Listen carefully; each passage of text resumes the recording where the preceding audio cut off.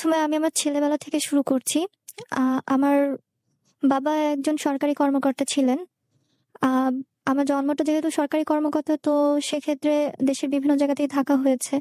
তো যার জন্য আমার জন্মটাও আমার নিজের এলাকাতে না, কুষ্টিয়াতে না। তো জন্ম হওয়া, জন্মের পরে আস্তে, আস্তে বেড়ে ওঠা। আর আমার বাবা এতটাই লাভ করতেন আমাকে যে, নরমাল একটা উদাহরণ দেই যে, আমি যখন জন্মগ্রহণ করলাম, সে নিজেই শখ করে আমার নামটা রাখে জুথি। এরপর সে আ এমন একটা পর্যায়ে যাই, আমি অনেক সিক হয়ে পড়ি ঠান্ডাজনিত কারণে। তো এমনও হয়েছে যে, যখন ডক্টর বলেছে যে ওকে ঠান্ডা কোনো কিছু করা যাবে না। ইনফেক্ট ওয়াশিং ক্ষেত্রেও গরমটা ইউজ করতে হবে। তো তখন একবার আমার আম্মু আমাকে ভাত খাইয়ে দিয়েছে, দুধ ভাত। তো তখন আমার আম্মু যখন হাতটা ক্লিন করে আমার মুখটা ক্লিন করতে যাচ্ছিল, তখন আমার বাবা বলে যে, "তুমি থামো, তুমি আমার মেয়ের মুখটা ক্লিন করাবে না।" তখন আম্মু হতভম্ব হয়ে যায়, বাবা কেন এভাবে বলল হঠাৎ করে, কোনো রিজন ছাড়াই। তখন বলল যে, "তুমি ওইটা যে হাতে নিয়েছো, ওটা শুধু তোমার হাত পর্যন্তই পৌঁছেছে। আমার মেয়ের ঠোঁট পর্যন্ত পৌঁছবে না।" তো তখন আমার বাবা নিজে জিহ্বা দিয়ে আমার মুখটা পরিষ্কার করে দেয়। তো আমি এতটা আদরের সন্তান আমি আমার বাবা-মায়ের। তো আস্তে, আস্তে বেড়ে ওঠার পর এরপর আমাদের অন্য একটা জায়গায় পোস্টিং হয়ে যায়। আমরা সেখানে যাই। কিছুদিন পর আ আমি যখন আমার আনুমানিক ৪-৫ বছর বয়স, আমি ইনশিওর করে বলতে পারছি না। তো তখন হচ্ছে আমি আমার নানুদের বাসায় যাই। আমি আমার রিলেটিভদের বাসায় যাওয়ার পর ওখান থেকে আমি আনফরচুনেটলি ছাদের থেকে পড়ে যাই খেলতে, খেলতে।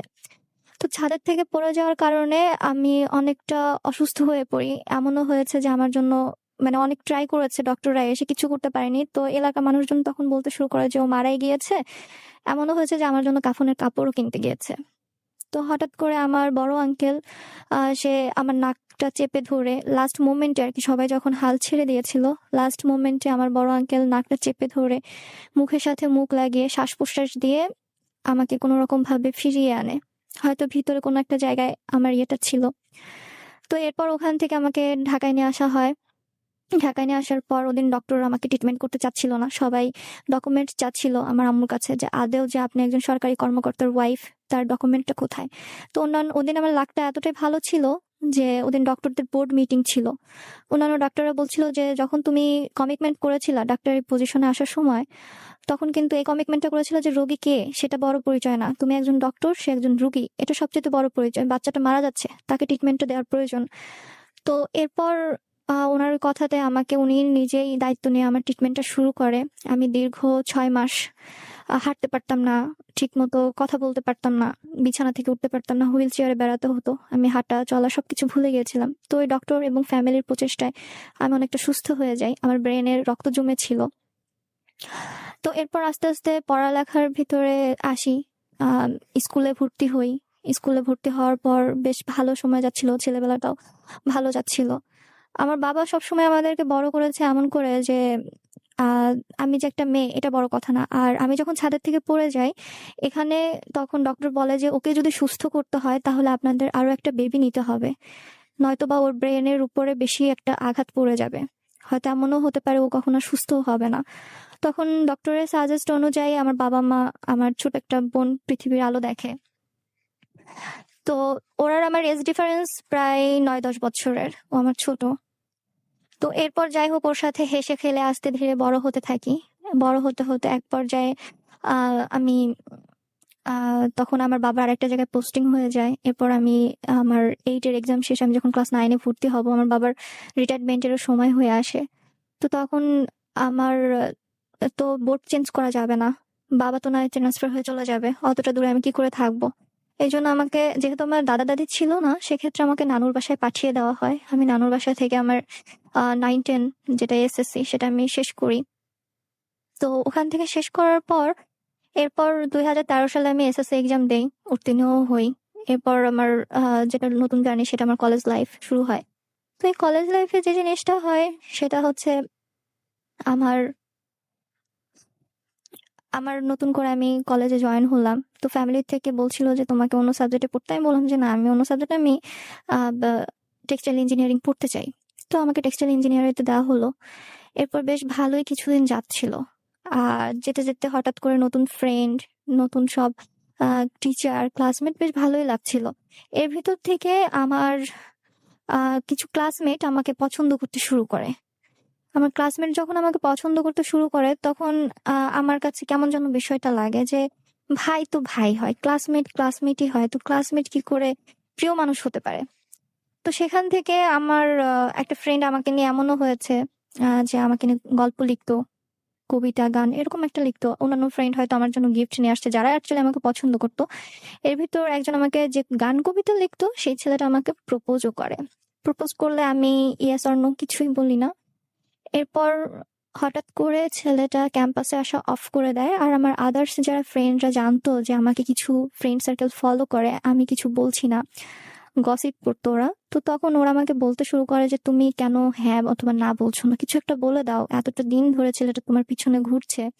আমি বলতে চাইতাম না অ্যাকচুয়ালি ফ্রেন্ডশিপটা নষ্ট হয়ে যাবে সবার, যে একজনকে হ্যাঁ বলছি, অন্যজন হচ্ছে না বলছে, আর অন্যজন সেটা দেখে কষ্ট পাচ্ছে। তো এই জন্য আমি কাউকে হ্যাঁ বলতাম না, না বলতাম না। এর ভিতরে যে ছেলেটা আমাকে নিয়ে কবিতা লিখতো ওকে আমার ভালো লাগতো, এটা সত্য কথা। তো তখন আমি আমার ফ্রেন্ডদেরকে বলে যাচ্ছে ঠিক আছে ও আবার কলেজ জয়েন করুক, তখন আমি অবশ্যই বলবো, আমি তোমাদেরকে কথা দিচ্ছি। তো এর ভিতর ছেলেটা আর ক্যাম্পাসে আসে না। ক্যাম্পাসে না আসার কারণে হঠাৎ এর ভিতর একদিন আমার জীবনে এমন একটা ঘটনা ঘটে যে যেটার জন্য আমি কখনো প্রস্তুত ছিলাম না। আনফরচুনেটলি ঘটনাটা ঘটে যায়। তা হচ্ছে আমার এক্সাম চলাকালীন টাইম আমার আম্মু আমাকে ফোন দিচ্ছে যে আর্জেন্ট বাসায় চলে আসো। তো তখন আমি আমি ভাবলাম যে হয়তো বাসায় কোনো অ্যাক্সিডেন্ট বা কিছু একটা হয়েছে, এই জন্য আম্মু আমাকে যেতে বলছে। তো আমি ওখানে পরে এক্সাম শেষ করে আমি দ্রুতই বাসায় চলে যাই। বাসায় যাওয়ার পর দেখি যে না, বাসায় কিছুই হয়নি, সব আগের মতোই, জাস্ট একজন লোক এসেছে আর সাথে আমার একটা রিলেটিভ এসেছে। তো আমার রিলেটিভটা বলছে তুমি বোরকা টোরকা খুলে তুমি একটা ভালো সুন্দর ড্রেস পরে এই গেস্টের সামনে আসো। তখন আমি বলি যে গেস্ট তো তোমাদের, আমি কেন সেখানে যাব? নর্মাল যে কোশ্চেনটা অ্যাকচুয়ালি ভাইয়া, হ্যাঁ। তো তারপর আমি এ কথা বলার পর সে বলে যে না তুমি আসো। তো তখন আমার জেদ উঠে যায় যে না, আমি গেলে এটা পরে যাবো, যদি আমাকে পারমিট দাও তবে আমি যাচ্ছি, নয়তো আমি যাচ্ছি না। তো অ্যাকচুয়ালি যারা বাহিরে বড় হয় ওরা কিন্তু কখনো বুঝতে পারে না যে কোনটা দেখতে আসা বা কি, এই জিনিসটা কিন্তু জানে না। গ্রামের বাচ্চারা যতটা অ্যাক্টিভ, শহরের বাচ্চারা অতটা অ্যাক্টিভ হয় না এই বিষয়গুলোতে। তো তারপর হঠাৎ করে আমি ওখানে যাই, যাওয়ার পর লোকটা আমাকে কোশ্চেন করে যে তোমার নাম কি। আর আমি এখন এসে বুঝতে পারি বা কিছুদিন পরে ঘটনার পরে আমি জানতে পারি যে হ্যাঁ আমাকে দেখতে এসেছিল লোকটা। তো এরপর যেটা হয় আমি উনি আমাকে যখন কোশ্চেন করলো পরে বললো ঠিক আছে আমি তোমার ভাইয়া হই, তুমি ভিতরে যাইতে পারো এখন। তো তখন আমি বাইরে থেকে যেহেতু এসেছি, আমার কিছু খাবারেরও প্রয়োজন ছিল, তো তখন আমি আমার কাজগুলোতে ব্যস্ত হয়ে যাই। এরপর উনি চলে যায়, চলে যাওয়ার পর 1 সপ্তাহ পরে হঠাৎ করে আমার বাসায় অনেক মানুষ আসে, যেটা আমি কিছুই জানতাম না। আমি ওদিনও কলেজে ছিলাম। ওদিনও কলেজে থাকার কারণে আমি কোনো কিছু জানতে পারি না। হঠাৎ করে দেখি যে আমার বাসার যে ড্রাইভার ভাইয়া ছিল ও আমার কলেজের সামনে গাড়ি নিয়ে দাঁড়িয়ে আছে। তখন আমি বললাম যে ভাইয়া এখানে কেন? বললো তোমাকে আর্জেন্টলি এখনই বাসায় যেতে হবে, আন্টি বলেছে। আমার আম্মু বাবা এমন ছিল যে আমাকে একা একা ড্রাইভারের সাথে কখনো যাতায়াত করতেও দিত না। সে নিজেরা নিয়ে যেত, নিয়ে আসতো বড় হওয়ার পরেও। তো এরপর হঠাৎ এরকমটা টাইম চলার ভিতর যে জিনিসটা হয়, আমি বাসায় যাই। বাসায় যাওয়ার পর গিয়ে দেখি অনেক গেস্ট, আমি যাদেরকে চিনিও না, এমনকি আমার আরো অন্যান্য রিলেটিভসরাও এসেছে, আননোন পার্সনদের সাথেও। তো তখন আমি বলি যে কি হয়েছে? তো সবাই আমাকে রেডি করাচ্ছিল। তো আমি বলছি রেডি কেন হতে হবে? বললো না রেডি হও, গেস্ট আসছে। তখন আমার মনে হচ্ছিল যে এটা কি কোনো মানে, তখন কেন জানি না আমার ফিল হচ্ছিল যে আমাকে আমার সাথে কিছু একটা হচ্ছে, আমাকে হয়তো দেখতে এসেছে, এবং আমি অনেক কান্নাকাটি শুরু করে দিই যে আমি যাবো না। তখন আমি ওইটা গেস করতে পারি যে আমাকে দেখতে এসেছে। এরপর যেটা হয় তা হলো আমি অনেক কান্নাকাটি করতে করতে আমার চোখ টোক ফুলে যায়, একদম লাল হয়ে যায় আমি। এরপর আমাকে আমার আম্মু এসে জাস্ট একটা কথাই বললো যে এমন কিছু করো না যেটাতে আমার এবং তোমার বারবার মান সম্মানটা চলে যায়, সো বি কেয়ারফুল। এরপর যেটা হয় আমি সামনে যাই ওনাদের, আমার আম্মু আমাকে নিয়ে যায়। আমার আদার্স আন্টি যারা ছিল ওরাও আমাকে নিয়ে যায়। নিয়ে যাওয়ার পর ওখানে যাওয়ার পর আমি দেখি অনেক ছেলে মানুষ, কোনো মেয়ে মানুষ আসেনি। তো ওরা আমাকে বিভিন্ন ধরনের কোশ্চেন করতে থাকে। এর ভিতর ভাই আমি ছোট্ট একটা কথা বলতে চাই, এটা স্টপ করিয়ে। আমি বলেছিলাম আমার একটা ছোট বোন আছে, তো ওর বিষয়ে একটু বলি। ও হঠাৎই 2013 সালের পরে অনেকটা সিক হয়ে পড়ে। এতটাই সিক হয়ে পড়ে বাংলাদেশের এমন কোনো ডক্টর নেই যে তাকে দেখানো হয়নি, সবাইকেই দেখিয়েছি। অ্যাপোলো হসপিটালের ডক্টর সেবা খান নামে একজন ডক্টর আসতো পাকিস্তান থেকে, তাকে দেখানো হয়েছে। ইসলামিয়া হসপিটালে দেখানো হয়েছে। রাধেশ্যাম বাবু নিউরোলজিস্ট, অনেক ফেমাস একজন ডক্টর, দ্বিতীয় স্থানে আছে নিউরোলজিস্টের ভিতর, তাকে দেখানো হয়েছে। কিন্তু ওর অ্যাকচুয়ালি যে প্রবলেমটা সেটা কেউ ধরতে পারে না। তো তখন আমার বাবা ফাইন্ড আউট করে যে না, ওকে আর এখানে দেখাবো না, ওকে বাহিরে দেখাবো, যত কষ্টই হোক বাহিরে নিয়ে যাব। তো ওই টাইমটাতে সব প্রসেসিং ডান, ওই টাইমটাতে আমার সাথে এটা হয়। তো দেখতে আসলো, এখন আবার আমি আমার কথায় ফিরে আসছি। তো যখন আমাকে দেখতে আসলো, দেখতে আসার পর আমাকে বিভিন্ন ধরনের কোশ্চেন যেগুলো করে থাকে আর কি মানুষ, যেগুলো আমি ফেস করতে চাচ্ছিলাম না সেই ধরনের কোশ্চেন করতে থাকে, কারণ আমি তো জিনিসটাতে নিতে পারছিলাম না যেহেতু আমি জানি না। তো সেক্ষেত্রে আমাকে ওরকমটা বলা হলো, বিভিন্ন ধরনের কোশ্চেন টোশ্চেন। এরপর লাস্টে একজন আমাকে বলে বসলো যে তোমার যদি ধরো আজকে বা কিছুদিন পর এখানে বিয়ে হয় তাহলে কি তোমার মত আছে? আমি কোনো কিছু প্রকাশ করার আগে হঠাৎ করে একজন বলে বসলো আমার রিলেটিভসদের ভিতর থেকেই যে কেন নয়, ওর বাবা মা যেটা বলবে ও সেটাই, ওর মত ওইটাই হবে। আমি কিছু বলার আগে তো ওখান থেকে আমি চলে আসলাম। আসার পর যেটা হয় সেটা হচ্ছে আমি অনেক ছোট ছিলাম, যে লোকটা আমাকে দেখতে এসেছিল, যে ছেলেটা আর কি, তো তার আর আমার এজ ডিফারেন্স ছিল প্রায় 16 বছরের। আমি ছোট ছিলাম তার থেকে অনেক। তো ওদিনকে ওরা আরো একটা মেয়েকে দেখবে, আর আমি যেহেতু ছোট এই জন্য আমাকে আগে দেখতে এসেছে, আমাকে না বলে দিবে, আর ওই মেয়েটা যেহেতু তার এজের সাথে ম্যাচ করে তাকে হ্যাঁ বলবে। এটা আমি জেনেছিলাম অনেক পরে। আসছি সেই ঘটনাতে, আগে এটা শেষ করিনি। তো এরপর যেটা হয় সেটা হলো ওই ছেলেটা হঠাৎ করে ওর ফ্যামিলির সাথে বার্গেনিং করে যে বিয়ে করলে আমি আজকেই করব, নয়তো আমি বিয়ে কখনোই করব না, এরকম বলে। পরে ছেলের ফ্যামিলি আমার সাথে বিয়ে দেবে না, আর এদিকে আমি নিজেও চাচ্ছিলাম যে আমার বিয়েটা যেন না হয়। আমি তো রুমে এসে কান্নাকাটি করছি, এগুলো যে হচ্ছে বাহিরে আমি কিছুই জানি না, আমি সবকিছু পরে জেনেছি।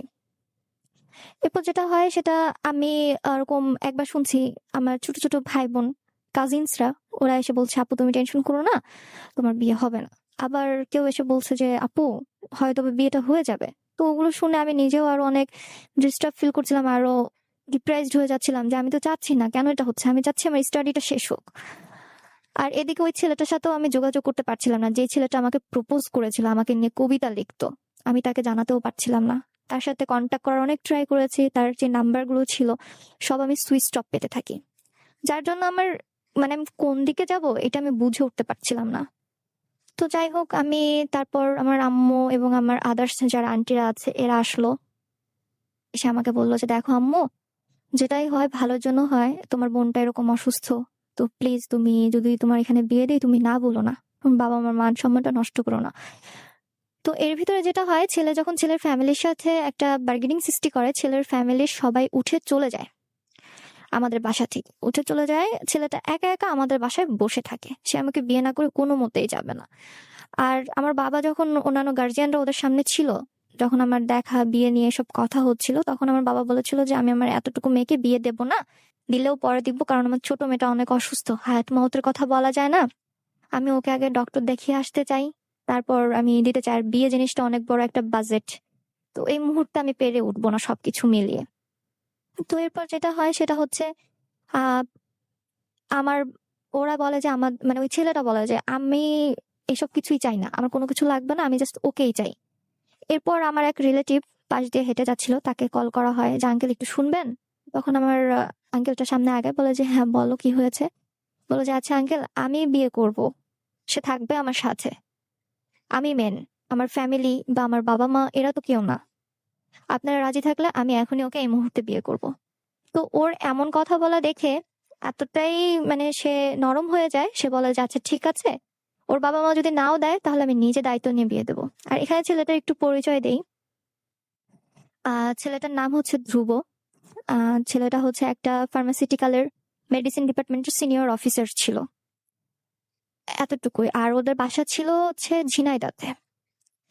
তো যাই হোক, ছেলেটা আমাকে ওরকম বিয়ে করবে এরকমটা বলে। বলার পর যেহেতু শিক্ষিত ফ্যামিলি, ছেলেটার বাবাও একটা স্কুলের প্রিন্সিপাল ছিলেন, মা একজন সিনিয়র নার্স ছিলেন, হোল ফ্যামিলিটাই শিক্ষিত। তো তখন হচ্ছে বলে যে ওকে ফাইন, ওর বাবা মা না দিলে আমি নিজে দায়িত্ব নিয়ে দিব।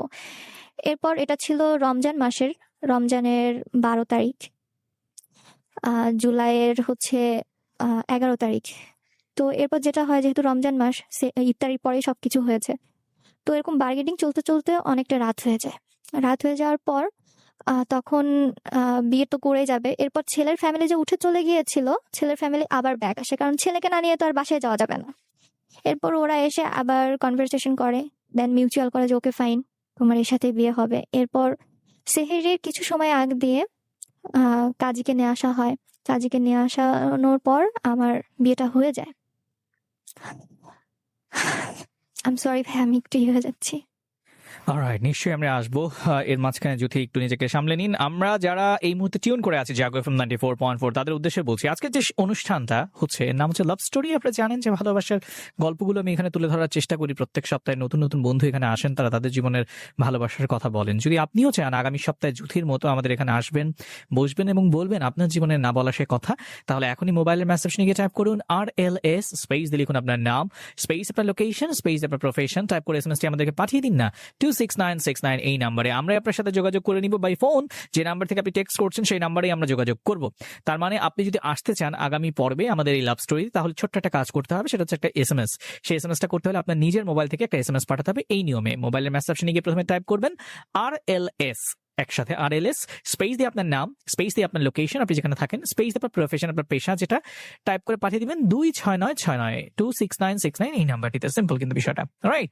ফেসবুকে আমাদের এই অনুষ্ঠানটা লাইভ হচ্ছে, আমি দেখছি অনেকেই কমেন্ট করছে আমাদের সাথে। www.facebook.com/jagofm এর পেজ অনেকে রয়েছে, www.facebook.com/rjudoy এর পেজ অনেকে রয়েছে।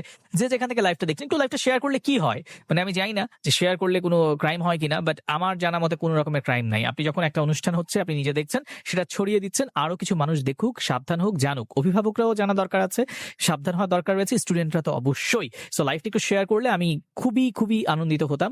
যে যেখান থেকে দেখছেন, আমাদের প্রচুর লিসেনার রয়েছে যারা ঢাকায় রয়েছেন, কুমিল্লাতে রয়েছেন, চট্টগ্রামে রয়েছেন, খুলনায় রয়েছেন, বাংলাদেশের বিভিন্ন প্রত্যন্ত এলাকায় রয়েছেন, বাংলাদেশের বাইরে ভারতে প্রচুর বাঙালি বন্ধু রয়েছেন, এছাড়া প্রবাসে বসবাসরত সৌদি আরব, কাতার, এরকম বিভিন্ন জায়গায় অনেক বাঙালি বন্ধুরা রয়েছেন যারা আমাদেরকে শুনছেন বিভিন্ন দেশ বিদেশ থেকে। তাদের সবার কাছে একটাই অনুরোধ, লাইভটা যদি আপনার ভালো লেগে থাকে, আমার অনুষ্ঠান যদি আপনার কিঞ্চিত হলেও ভালো লাগে, ভিডিওটা একটু শেয়ার করে দিন এখনই। আর বন্ধু, আপনার ঘর সাজাতে এবং গৃহস্থালির সকল পণ্য কিনতে আজই চলে আসুন আপনার নিকটস্থ RFL বেস্ট বাই শোরুমে। এখানে আপনারা পাবেন grocery, house hold, kitchen item সহ আরো অন্যান্য প্রয়োজনীয় পণ্য, এবং ঘরে বসে অনলাইনে কেনাকাটা করতে ভিজিট করতে পারেন www.rflbestbuy.com এ। আজকে বেশ ইমোশনাল একটা স্টোরি, আমি এটুকু বলতে পারি, শেষ পর্যন্ত যদি থাকেন হয়তো আপনাদের ভালো লাগবে, এবং সেই সাথে অনেক কিছু জানার আছে। আবেগটা শুধুমাত্র এরকম একটা বিষয় যে যে কোনো মানুষ যার মন আছে, যার হৃদয় আছে, তারকেই টাচ করে। সো আমি বিলিভ করি যে একটু মনোযোগ দিয়ে যদি শোটা শোনেন, হয়তো আপনি আজকে পুরো গল্পটা শেষ পর্যন্ত থাকবেন, এবং আপনি থাকলে হয়তো একটা রিয়েলাইজেশন আপনার মধ্যে আসতে পারে। সো আমি বিলিভ করব যে আপনি আমার সাথে থাকবেন এবং আপনার বন্ধুদেরকেও এই অনুষ্ঠানে আমাদের সাথে জয়েন করাবেন। চাইলে কমেন্ট সেকশনে তাদেরকে মেনশনও করতে পারেন। সো আমরা জুথির কাছে চলে যাব। তারপরে জুথি, বিয়েটা হয়ে গেল কত সালে? এটা ভাইয়া এটা 2014 সালে। 2014 সালে। তখন আপনি কিসের স্টুডেন্ট ছিলেন? আমি তখন ওই যে বললাম টেক্সটাইল ডিপার্টমেন্টে জয়েন করেছি। টেক্সটাইল ডিপার্টমেন্টে, তার মানে হচ্ছে ভার্সিটিতে মাত্র ভর্তি হয়েছেন? ভার্সিটি বলতে ভাই আমি ডিপ্লোমা সেক্টর থেকেই করেছি। ওকে, ডিপ্লোমা করেছেন। সো তখন মাত্র জয়েন করেছেন? হ্যাঁ, ওকে, একদমই ছোট্ট একটা মেয়ে তখন। ওকে। তো তখন আপনি হচ্ছে বিয়ে হলো 2014 সালে। তারপরে কথা শুনবো, কি হলো? আচ্ছা, বিয়েটা হওয়ার পর আমি যেটার জন্য কখনোই প্রস্তুত ছিলাম না। বিয়েটা হয়ে যাওয়ার পর আমাকে যেটা বলা হলো বা যেটা করলো সেটা হচ্ছে আমার ওর বাবা মা যারা ছিল তারা কখনোই মেনে নিয়েছিল না জিনিসটা। এরপর বিয়ে করার পর তারা চলে আসে, আর আমার বাবা আমার বিয়ের আগে ছেলেটাকে বারংবারই জিজ্ঞাসা করেছিল যে, বা তার ফ্যামিলি যারা ছিল তাদেরকে জিজ্ঞাসা করেছিল তোমাদের কিছু চাওয়া পাওয়ার কোনো কিছু আছে নাকি। তো বলে না, আমি শুধু ওকেই চাই, আমার আর কিচ্ছু লাগবে না, আমি শুধু ওকেই চাই। তো এরকম করে বিয়েটা হয়। হওয়ার পর ওর ফ্যামিলি ওকে রেখে চলে যায়। এরপর ও থাকে, সারাটা দিন থাকলো। তখনও আমি ছেলেটাকে দেখিনি, কারণ অতগুলো মানুষের ভিতর ছেলে মানুষ সবাই। পাশের থেকে যদি কোনো মেয়ে আসতো বলতো যে আমাদের ছেলেকে কেন দেখছো না, ছেলেকেও দেখো, তাহলে হয়তো বা আমি তাকে দেখতে পেতাম, বা আলাদা করে কথা বলার কোনো ওয়েও ছিল না, কারণ এগুলো তো মেয়েরাই করে থাকে, ছেলেরা তো আর করে না। যেটা হয় সেটা হচ্ছে আমি তখনও তাকে দেখিনি। আমি তাকে দেখি সেহরিটা খাওয়ার পর, সবাই তখন চলে যায়, ভোর হয়। তো তখন সে আমাকে বলে যে তোমাদের বাসার ছাদে আমাকে নিয়ে যাবে। তো আমি বললাম যে ঠিক আছে চলেন। এরপর ছাদে যাওয়ার পর আমি ভোরের আলোতে প্রথম তার মুখটা আমি দেখি। তো দেখার পর আমি জাস্ট এতটুকুই আমার খারাপ লাগছিল যে হয়তো যদি আমি ন্যানো সেকেন্ড আগেও আমি তাকে দেখতাম আমার বিয়ের, আমি কখনোই তাকে বিয়ে করতাম না। আর ওই ছেলেটার সাথে যদি, যেই ছেলেটা আমাকে প্রপোজ করেছিল, ওই ছেলেটার সাথে যদি আমি কন্ট্যাক্ট করতে পারতাম তাহলে হয়তো আজকে আমার বিয়েটাও হতো না। তো তো আনফরচুনেটলি আমার কপালটা হয়তো খারাপ ছিল, আমি যার জন্য জোগাড়টুকু করতে পারিনি। এরপর যেটা হয়, আমি তাকে দেখতে পাই, দেখতে পাওয়ার পর আল্লাহর কাছে আমি বলি যে আল্লাহ, শুক্রিয়া তোমার দরবারে অনেক, যে আমাকে এটা দিয়েছো। অনেকের কপালে তো এর থেকেও খারাপ কিছু জোটে। নিজেকে এভাবে আর কি বলতে থাকি, সান্ত্বনা করতে থাকি, সান্ত্বনা দিতে থাকি। তো এক পর্যায়ে যখন এরকম করলাম, এরপর সে বাসায় আসলো, আবার ছাদের থেকে রুমে চলে আসলাম। ছাদের থেকে রুমে আসার পর কিছুক্ষণ পরে তার এক বোন এবং বোনের হাজবেন্ড আর বোনের একটা মেয়ে আমাদের বাসায় আসে। যখনই শুনেছে যে আমার সাথে বিয়ে হয়ে গেছে, রাত্রে আসে। আসার পর তখন সে আমাকে তাদের বাসায় নিয়ে যেতে চায়, যে তার ভাইকে এবং আমাকে। তখন তারপর আমার বাবা মাকে বলা হয়। বাবা মাকে বলা হওয়ার পর, ও এর ভিতরে আরেকটা কথা বলতে আমি ভুলে গেছি। যখন আমার বিয়ে হয়, আমার বিয়ের সময় যেহেতু রাত্রে বিয়ে হয়েছে আর যেহেতু রোজার সময় ছিল, তো সেই টাইমটাতে তারা তো কিছু নিয়ে আসছিল না, কারণ যে বিয়ে তো হবে এর উদ্দেশ্যে তার ওরা আসছিল না, এসেছিল জাস্ট দেখার উদ্দেশ্যে। তো তখন ওরা শপিং মলে যায় ওই রাত্রে, ওর ফ্যামিলি পার্সন। তো শপিং মলে গিয়ে কেয়ারটেকার, তারপর পুলিশ যারা থাকে, ওদেরকে কিছু দেওয়ার পর ওখান থেকে একটা তাঁতের শাড়ি আর একটা নাকফুল নিয়ে আসে আমার, ওটা পরিয়ে আমার বিয়েটা হয় আর কি। এরপর মর্নিং এ আমার আম্মু ছেলেকে একটা চেন গিফট করে। আম্মু শপিং মলে যায়, যেহেতু অলরেডি বিয়ে হয়ে গেছে, এখন তাকে কিছু দিতে হবে। তো একটা চেন দিল। দেওয়ার পর ওর বাসার থেকে লোকজন আসলো। আসার পর, বাসা থেকে বলতে ওই যে বললাম যে ওর বোন এবং বোনের হাজবেন্ড আর একটা বাচ্চা এসেছিল, মেয়ে। তো আমাকে নিয়ে যাবে। এখন আমি, মানুষ বিয়ের পর শ্বশুর বাড়িতে ওঠে, আর আমি বিয়ের পর আমার ননদের বাসায় উঠেছিলাম, যেহেতু তারা আমাকে মেনে নেয়নি, তার বাবা মা। তো ওখানে যাওয়ার পর আমার ননদ আমার সামনেই তার বাবা মাকে ফোন দেয়। ফোন দিয়ে বলে যে, মা, তুমি চিন্তা করো না, মেয়ে অনেক সুন্দর, তুমি মন খারাপ করো না, আমার ভাইয়া অন্য কোনো মেয়েকে বিয়ে করে নাই, একদম মিষ্টি একটা মেয়েকে বিয়ে করেছে, ছোট্ট একটা পরী। এরকম বলতে থাকে। বলতে থাকার পর তারপর আস্তে ধীরে আমি ওখান থেকে চলে আসি। ছেলেটা ছুটি ছিল না, ছেলেটা ঢাকায় ব্যাক করে। ওখান থেকে আমার বাসায় আবার আসে কুষ্টিয়াতে। বোনের বাসা থেকে কুষ্টিয়াতে আবার আসে আমার সাথে। আসার পর সে ঢাকাতে ব্যাক করে আমাকে রেখে চলে আসলো। এরপর শুরু হলো আমার নতুন জার্নি, বিয়ের পরের জার্নিটা। এর ভিতরে ওই যে যে ছেলেটা আমাকে প্রপোজ করেছিল, আমি তার সাথে কন্ট্যাক্ট করার ট্রাই করতেই থাকি, এবং সে কলেজ জয়েন করে না। কলেজ জয়েন না করার কারণে আমি কোনো কিছু তাকে বলতেও পারছি না। ইনফ্যাক্ট আমার যেভাবে বিয়ে হয়ে গেছে, পরের দিন যখন আমি কলেজে যাই, আমি কলেজে একটা মাত্র মেয়ে ছিলাম যে শুধুমাত্র বোরকা পরতো, আর কোনো মেয়ে বোরকা পরতো না। চোখ ছাড়া আর পায়ের কিছু অংশ, হাতের কিছু অংশ ছাড়া কিছু দেখা যেত না, এরকম একটা মেয়ে ছিলাম। টিচাররা শুরু করে গেটম্যান, পিয়ন, আয়া যারা ছিল, সবাই আমাকে অনেক ভালোবাসতো। তো তারপর হচ্ছে কেউই বিলিভ করে না যে গত রাত্রে এরকম আমার সাথে বিয়ে হয়ে গেছে। এরপর ছেলেটা তো ঢাকায় চলে আসলো। আসার পর আমি আবার কলেজ জয়েন করি। এরপর ছেলেটা প্রায় 1-1.5 মাস পর কলেজে আসে। আসার পর আমি তাকে বলি যে, আমাকে দেখে আমার মুখের দিকে তাকাই থাকে। তারপর আমি বলি যে আমার বিয়ে হয়ে গেছে। তো তখন সে বিলিভ করে না। বিলিভ না করার কারণে সে আদার্স আমার যারা ক্লাসমেট এবং আমার টিচার, ওদের কাছেও জিজ্ঞাসা করে যে, স্যার, এটা কি সত্য, ওর বিয়ে হয়ে গেছে? ও এতটাই আমাকে ফলো করতো আর এতটাই পছন্দ করতো যে কলেজের মোটামুটি সবাই জানতো যে ও আমাকে পছন্দ করে বা আমাদের ভিতর কিছু একটা আছে। আমি তো তখনও অপেক্ষা করছিলাম যে আমি তাকে কিছু বলবো, হ্যাঁ অথবা না, যেটা আমি চাচ্ছিলাম। আর আমি চাচ্ছিলাম হ্যাঁটাই বলতে, নাটা কখনোই না, কারণ যেহেতু আমিও তাকে পছন্দ করতাম। তো তারপর যেটা হয় সেটা, ও এটাতে অনেক শকড হয়ে যায়। ও আর এটা মেন্টালি ভাবে নিতে পারে না। ও অনেক ভালো একজন স্টুডেন্ট ছিল। এতটাই শকড হয় যে ও পড়ালেখা থেকে অনেকটা দূরে চলে যায়, রেজাল্ট খারাপ করতে থাকে। এরপর আমি আমার কাছে আমার গল্পে চলে আসি। যেটা হয় সেটা হলো, আমি কলেজে যেতাম। কলেজে যখন যেতাম তখন সে আমাকে বলতো যে, তুমি কোথায় যাচ্ছ? তো আমি বললাম, কলেজে যাচ্ছি। গাড়ি নিয়ে যাচ্ছ? তো আমি বলতাম, না, আমি গাড়ি নিয়ে যাচ্ছি না, আমি রিক্সা বা কোনো কিছু নিয়ে নিব। তো হয়তো রিক্সায় উঠবো বা কোনো একটা অটো বা কিছু এরকম একটা নিব। তো ওই মুহূর্তে হয়তো দেখা যেত যে আমাকে ফোন দিত, ফোন দিয়ে বলতো, কি করছো? তো আমি বলতাম যে, এই তো আমি রিক্সায় বা অটোতে আছি। তখন সে আমাকে রিক্সায় থাকলে বলতো যে, তোমার যে রিক্সায় উঠছো, রিক্সাওয়ালার এজ কেমন? আমি তখন অবাক হয়ে বলতাম যে, মানে? পরে বললো, না, যে রিক্সায় উঠছো, রিক্সার এজ কেমন, রিক্সাওয়ালা লোকটার এজটা কেমন? তারপর এরকমটা বলতো। বলার পর আমি অনেকটা নিজেকে সান্ত্বনা দিতাম যে হয়তো আমার সাথে অতটা মেশেনি, জাস্ট কয়েক ঘন্টাই তো আমাকে দেখেছে। এরপর ভাইয়া যেটা হয়, আমি অটোতে গেলে অটোর পাশের সিটে কে বসেছে, তার এজ কেমন, কোনো মহিলা বসেছে কিনা, কোনো পুরুষ বসেছে কিনা, এরকম কথাবার্তা, অটোওয়ালার বয়সটা কেমন সেটা জানতে চেত। এরপর আবার এমনও হয়েছে আমাকে বলতো যে আচ্ছা, তুমি যে কলেজে স্টাডি করো সেই কলেজে ভার্সিটির মতো চেয়ার সিস্টেম নাকি বেঞ্চ সিস্টেম, আর যদি চেয়ার সিস্টেমই হয়ে থাকে তাহলে ওখানে ছেলে মেয়ে আলাদা বসে না একসাথে বসে। তো তখনও আমি অতটা সিরিয়াস ভাবে নেইনি, আমি জাস্ট ওই যে নিজেকে সান্ত্বনা দিতাম, হয়তো আমার সাথে মেশেনি তাই আমাকে বুঝতে পারছে না, আস্তে আস্তে ঠিক হয়ে যাবে। এরপর যেটা হয় সেটা হলো, একদিন আমাকে বললো যে তোমার যে ক্লাসগুলো নেয় সেই টিচার গুলার এজ কেমন, সব কি ইয়াং টিচার নাকি হচ্ছে তোমার মুরব্বী টিচার গুলাও আছে, আর টিচার গুলা বাচ্চাদের সাথে কেমন বিহেভিয়ার করে, তোমাদের দিকে কি খারাপ দৃষ্টিতে তাকায়, তোমার দিকে খারাপ দৃষ্টিতে তাকায়, তোমাদের এবং তোমার দিকে। এরপর ওরকম বলতে থাকে, তখন আমি আর নিতে পারি না জিনিসটা, যে এসব কি ধরনের কথাবার্তা বলছে। সে যেহেতু একটা মেডিসিন ডিপার্টমেন্টের সিনিয়র অফিসার, তাকেও তো বিভিন্ন মেয়েদের সাথে, মেয়ে স্টাফদের সাথে কাজ করতে হয়। কই, আমি তো তাকে একবারও বলি না, তাহলে আমাকে কেন এই জিনিসগুলো বলতে হচ্ছে, শুনতে হচ্ছে।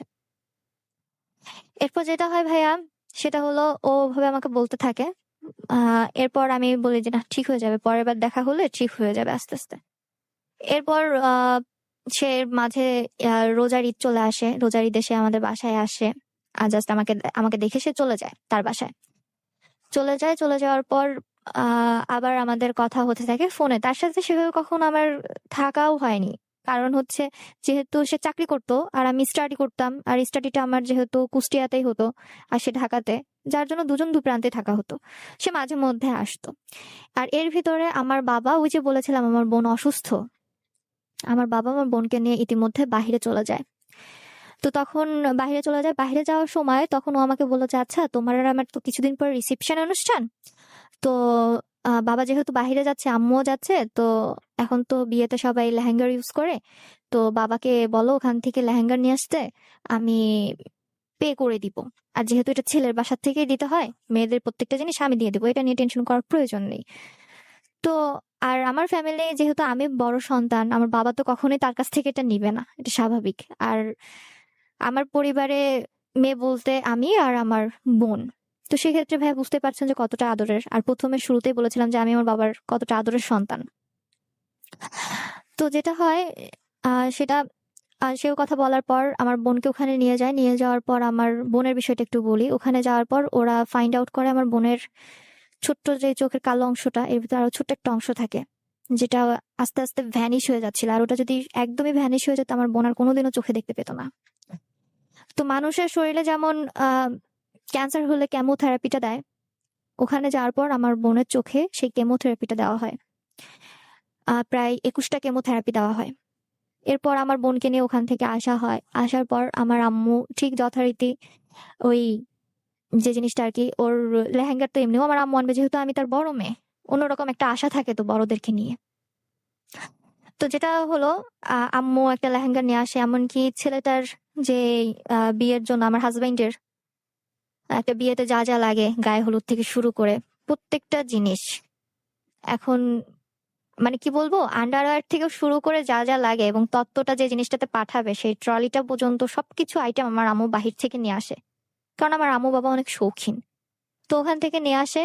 আর এদিকে আসার পর আমার রিসেপশন অনুষ্ঠান হয়। রিসেপশন অনুষ্ঠানের দিন, রিসেপশন অনুষ্ঠানের কিছুদিন আগে ওর একটা আঙ্কেল ছিল যে র্যাবে জব করতেন, উনি অনেক সিক হয় এবং হঠাৎ করে তিনি মারাও যায়। আর তিনি আমাকে অসম্ভব রকমের ভালোবাসতেন, আমাকে দেখেনি কিন্তু ওই যে আমি ফোনে কথা বলতাম, কেয়ার করতাম। আর এর ভিতরে আমি ওর বাবা মার সাথে কথা বলতে বলতে ফ্রি হয়, এর ভিতরে আমি একটা কথা বলতে ভুলে গিয়েছি, তো আমি সেখানে আবার ফিরে আসছি। সেটা হলো, আমার রিসেপশন অনুষ্ঠানের আগেই ছেলেটা ওর বাবা মাকে কনভিন্স করে, আর আমি এই যে কথা বলতাম ওর বাবা মার সাথে, তো হয়তো বা আমি কোনোদিনও তাদের মনের ভিতর ঢুকতে পারিনি। ঢুকতে পারলে হয়তো এরকম পজিশন আমার ক্রিয়েট হতো না। তো আমাকে আমার রিসেপশন অনুষ্ঠানের আগেই আমি আমার শ্বশুর বাড়িতে যাই, এবং শ্বশুর বাড়িতে যাই হচ্ছে আমি আমার বাবার গাড়িতে করে। আমার বাবা তার মেয়েকে কিভাবে পাঠাবে সেটা তো আমার বাবার টেনশন। তো আমার বাবা পাঠালো। পাঠানোর পর যেটা হলো, ওখানে গেলাম, যাওয়ার পর আমাকে দেখলো, দেখে সে আদর টাদর মোটামুটি করলো। হয়তো জিনিসগুলো মন থেকে কখনোই ছিল না। আদর করলো, আদর করার পর একটা রাত ওখানে আমরা থাকলাম। আমার কাজিনও গিয়েছিল একটা আমার সাথে। আর যেহেতু আমার বোন অসুস্থ ছিল, ওকে নেওয়া সম্ভব ছিল না। তো ওখানে যাই, যাওয়ার পর যে জিনিসটা হয়, আমাকে পরের দিন নিয়ে আসা হয়। পরের দিন আমি যখন বাসায় ব্যাক করব, সে আমাকে ফোর্স করতে থাকে, বাবাকে ফোন দিচ্ছ না কেন, এখনো কেন গাড়ি পাঠাচ্ছে না। আচ্ছা ভাইয়া, এখানে আমার একটা কোশ্চেন, সেটা হচ্ছে আমার বাবা তো জানে যে তার মেয়েকে পাঠাতে হবে কিভাবে, সেটা সেটা জানে। আর আমি এখন তাদের বাড়ির বউ, তো আমি কিভাবে আসবো না আসবো, এবং তার ওয়াইফ আমাকে সে কিভাবে নিয়ে আসবে, এই থিঙ্কিং তো তার, সেটা তো আমার বাবার না। তো সে কি করে আমাকে বারবার ফোর্স করতে থাকে যে তোমার বাবাকে ফোন দাও, তোমার বাবাকে ফোন দাও, গাড়ি কেন পাঠাচ্ছে না, গাড়ি কেন পাঠাচ্ছে না, গাড়ি কখন আসবে। তো আমি কিছুক্ষণ পর পর আমার আম্মুকে ফোন দেওয়াতে আমার আম্মু বিরক্ত হয়ে যায় যে এতবার কেন ফোন দিচ্ছ, গাড়িটা তো এখান থেকে যাবে তারপর আসবে, আর ওদের চিন্তা নাই যে ওদের কিভাবে নিয়ে আসতে হবে না নিয়ে আসতে হবে। মানে আম্মু আম্মু নিজেও বিরক্ত হয়ে কথাটা বললে বসে। এরপর ভাইয়া যেটা হয়, আমাকে আমার বাবা গাড়ি পাঠালো, গাড়ি পাঠালে সেই গাড়িতে আমি আবার আমার বাবার বাসায় ব্যাক করি। ব্যাক করার পর যে জিনিসটা হলো, আসার পর তারপর আবার সে চলে গেল। পরের কুরবানি ঈদে আমার আম্মু বাবা এর ভিতরে বোনকে নিয়ে ইন্ডিয়া থেকে ঘুরেও আসলো। ঘুরে আসার পর আমার বোনের ট্রিটমেন্টও চলছিল, বাংলাদেশ আসার পরও ট্রিটমেন্ট চলছিল। তো আসার পর আমার রিসিপশন অনুষ্ঠানটা হয়। রিসিপশন অনুষ্ঠানের দিন এবং তার আগে যে জিনিসটা দেওয়া নেওয়ার যে বিষয়টা থাকে, তত্ত্ব পাঠানো, তত্ত্ব নেওয়া আসার, তো ওরা আমাকে তেমন মানে কিছুই দেয়নি বললে ভুল হবে, দিয়েছে দিয়েছে আহ মানে না দেওয়ার মতোই দিয়েছে, যেটা হচ্ছে পরা যায় না, ওয়ান টাইম ইউজিং এর একটা শাড়ি, তারপর ওয়ান টাইম ইউজিং এর একটা গামছা, এই দিয়েছে। আর কোনো কিছুই না, একটা মেহেদি, একটা আলতা, দ্যাটস ইট দিয়ে মানে এরকম করে একটা জাস্ট ট্রলি পাঠিয়েছে। তো পাঠানোর পর এরপর যেটা হয়, আমার আম্মু আমার জন্য যে লেহেঙ্গাটা নিয়ে আসছিল ওটা প্রায় 19.5 কেজি ওজনের,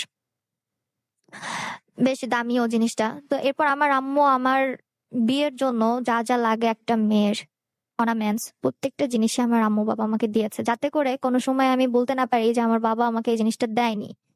আর যেহেতু আমি বড় সন্তান ছিলাম, আর আমার ছোট বোনের থেকে আমি প্রায় 9-10 বছরের বড়, তো যেটা হয় আমাকে ইয়ে করে, আমার রিসেপশন অনুষ্ঠানের দিন ওরা দেখি যে আমার জন্য কোনো কিছুই নিয়ে আসেনি। মানে রিসেপশন অনুষ্ঠানে আমরা যদি দেখি যে ছেলের বাসার থেকে ছেলের গার্জিয়ানরা মেয়ের জন্য কিছু একটা নিয়ে আসে, মেয়েকে পরিয়ে দেয়, তো আমিও ওরকমই কিছু একটা ভেবেছিলাম।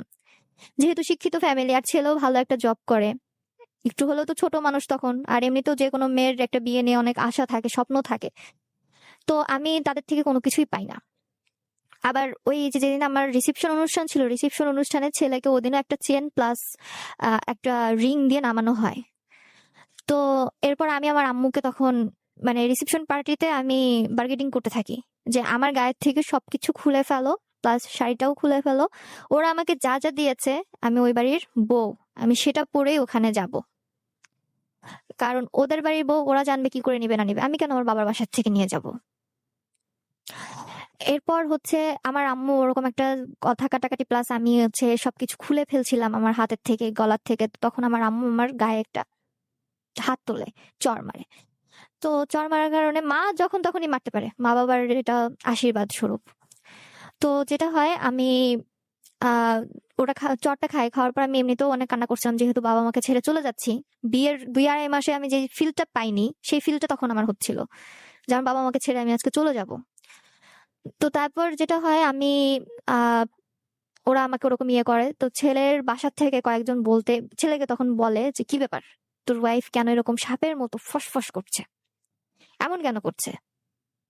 তো তারপর যাই হোক আমাকে ওখান থেকে নিয়ে আসলো রিসেপশন অনুষ্ঠানের দিন। যেটা হলো, ওর যতগুলা গেস্ট এসেছিল, কেউ মনে হচ্ছে ঝাড়ু দিচ্ছিল, শুনেছে যে ওই বাসায় আজকে অনুষ্ঠান, চলো যাই, চলে এসেছে। কেউ হয়তো মাঠে ছিল, মানে এরকম আর কি পরিবেশটা।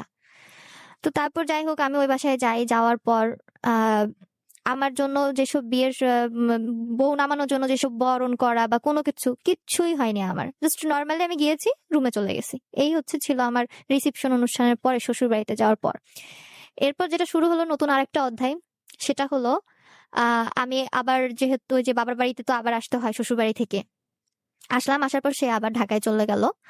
এর কিছুদিন পরে সে ঢাকায় একটা অ্যাপার্টমেন্ট নিল। অ্যাপার্টমেন্ট নেওয়ার পর আমার বাবা আম্মুকে বললো যে আমি ওকে এখানে নিয়ে আসতে চাই, আপনারা কি বলেন, দরকার হয়ে পড়ালেখা করলে করবে, কোনো সমস্যা নেই, যে জাস্ট এক্সাম দিবে, আর যদি তেমন হয় তো আমি ওকে এখানে কলেজ আছে, সেই কলেজে ওকে আমি ট্রান্সফার করে নিয়ে আসবো, ও এখান থেকে কলেজ করবে।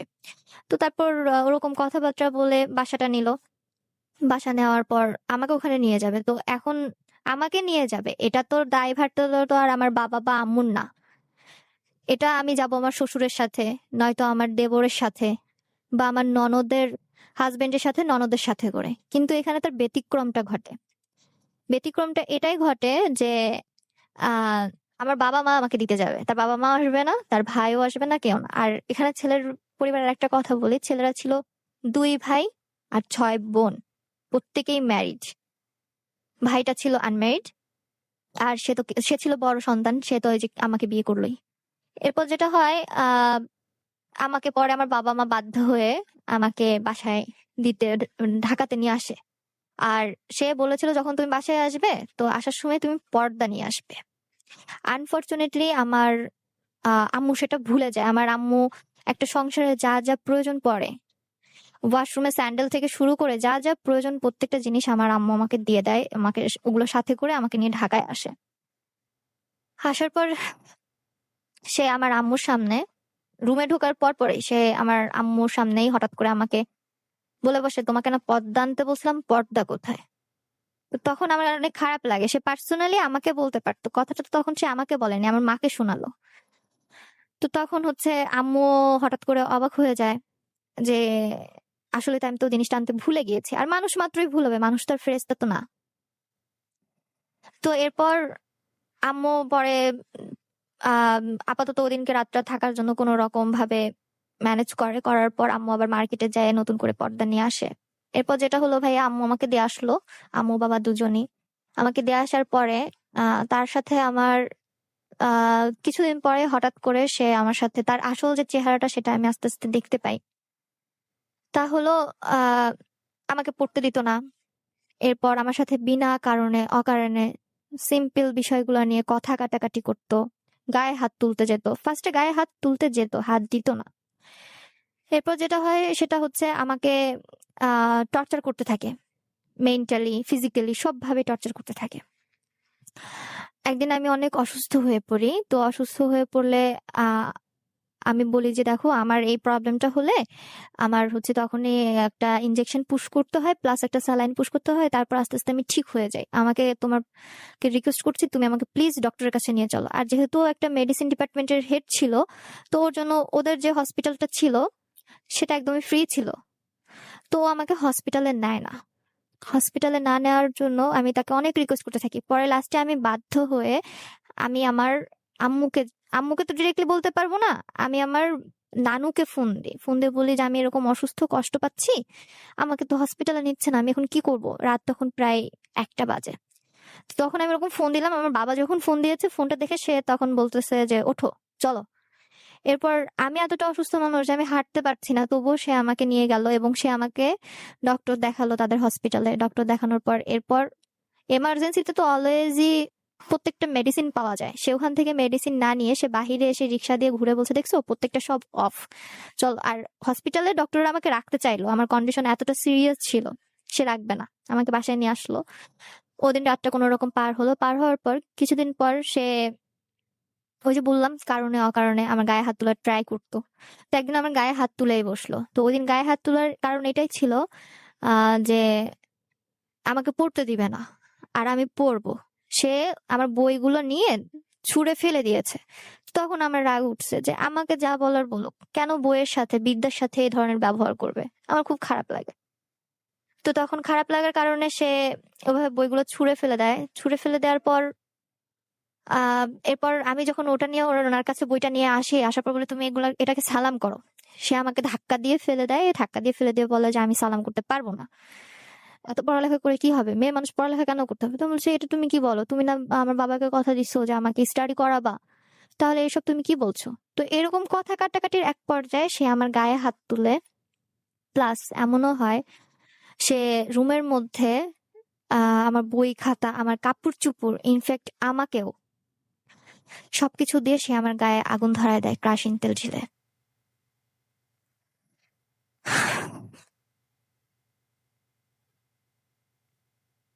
মাঝে মাঝে আমার কিছু অনুষ্ঠানের মাঝখানে কথাও বলতে ইচ্ছা করে না, মানে স্টোরিটা আসলে এতটা ভেতরে আমরা ঢুকে যাই যে মনে হয় যে শেষটা কি হলো। মানে এই যে মেয়েটা মানে এইভাবে একটা বিয়ে হয়ে গেল এবং সেই বিয়ের পরে আসলে শেষটা কেমন ছিল আসলে মূলত এটাই জানার আগ্রহ নিয়ে বসে আছি। তো এই মাঝখানে ওকে আমি এই জন্য কোনো থামাচ্ছিও না যে ও বলুক যা যা বলার আছে, কারণ এই কথাগুলো কিন্তু একটা মানুষের অনেক দিনের জমানো কথা, না বলা সেই কথাগুলোই সে এখানে বলছে। আমি জানি না আপনাদের কেমন লাগছে, বাট আমি যত শুনছি তত পরিমাণ ইমোশনাল হয়ে যাচ্ছি।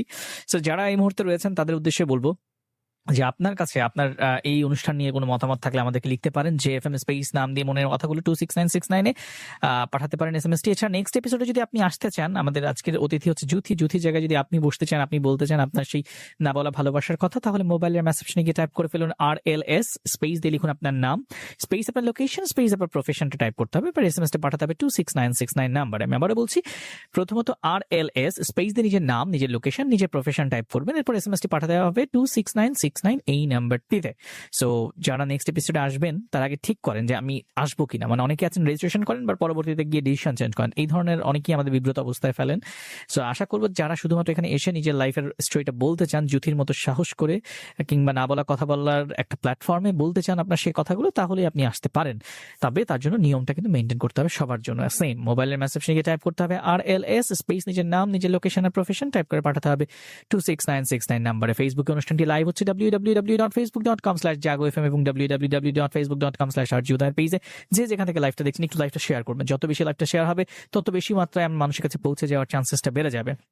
যদি আমরা বুঝতে পারছি আপনি ইমোশনাল হয়ে পড়েছেন, তারপর আমাদেরকে অনুষ্ঠান তো তার গতিতে চলতে হবে। আপনি বলছিলেন যে একটা সময় আপনার গায়ে সে আগুন পর্যন্ত দিয়ে দেয়, এত ভয়াবহ একটা সিচুয়েশনের ভিতর দিয়ে আপনি গিয়েছেন, তারপর কি হলো? এরপর ভাইয়া আমি যখন আমাকে এভাবে গায়ে আগুন ধরিয়ে দেওয়া হলো, তখন ওই বাসার বাড়িওয়ালা আন্টি এবং বাড়িওয়ালার ছেলের ওয়াইফ প্রচুর ভালোবাসতো আমাকে। তো তারা এসে আমাকে রুম থেকে, সে কিন্তু বাইরে থেকে লক করে দিয়েছিল, আমাকে আগুনটা ধরিয়ে দিয়ে সে বাইরে চলে গেছে। এরপর আমার হয়তো উপরওয়ালা চেয়েছিল যে আমার গায়ে আগুনটা না লাগুক, জাস্ট আমার কাপড়ের কিছু অংশে লাগে, কিন্তু আমার গায়ে আর আসতে পারে না আগুনটা। এরপর ওখানে ওই বাড়িওয়ালা আন্টি, তারপর ওই ভাইয়ারা, ওরা আসলো, আসার পর বলে যে মেয়েটার সাথে যদি আর খারাপ কিছু করো তাহলে এই রাত্রে পুলিশ নিয়ে আসবো। আর এই কাহিনীটা ছিল ইভিনিং আওয়ার। তো পরে বলছে যে যদি তুমি এরকম করতে থাকো তাহলে কিন্তু এখনই পুলিশ কল করবো, পুলিশ এসে তোমাকে নিয়ে যাবে, তুমি কে বা কি সেটা দেখবো না, তুমি মেয়েটার সাথে আর কোনো টর্চারিং করবে না। তো এরপর ওই রাতটা আমি ওই বাড়িওয়ালা আন্টির রুমে থাকি, আমি ওই আমার হাজবেন্ডের সাথে থাকি না। তো এরপর যেটা হলো, আমি আমার বাসায় জানাইলাম। বাসায় জানানোর পর আমাকে বাসা থেকে আমার ভাইয়া, যেহেতু আম্মু বাবার আসা সম্ভব ছিল না, আর আমার ছোট্ট বোনটা অসুস্থ, তো এইভাবে তো আর কিছুদিন পর পর আর আসা যায় না।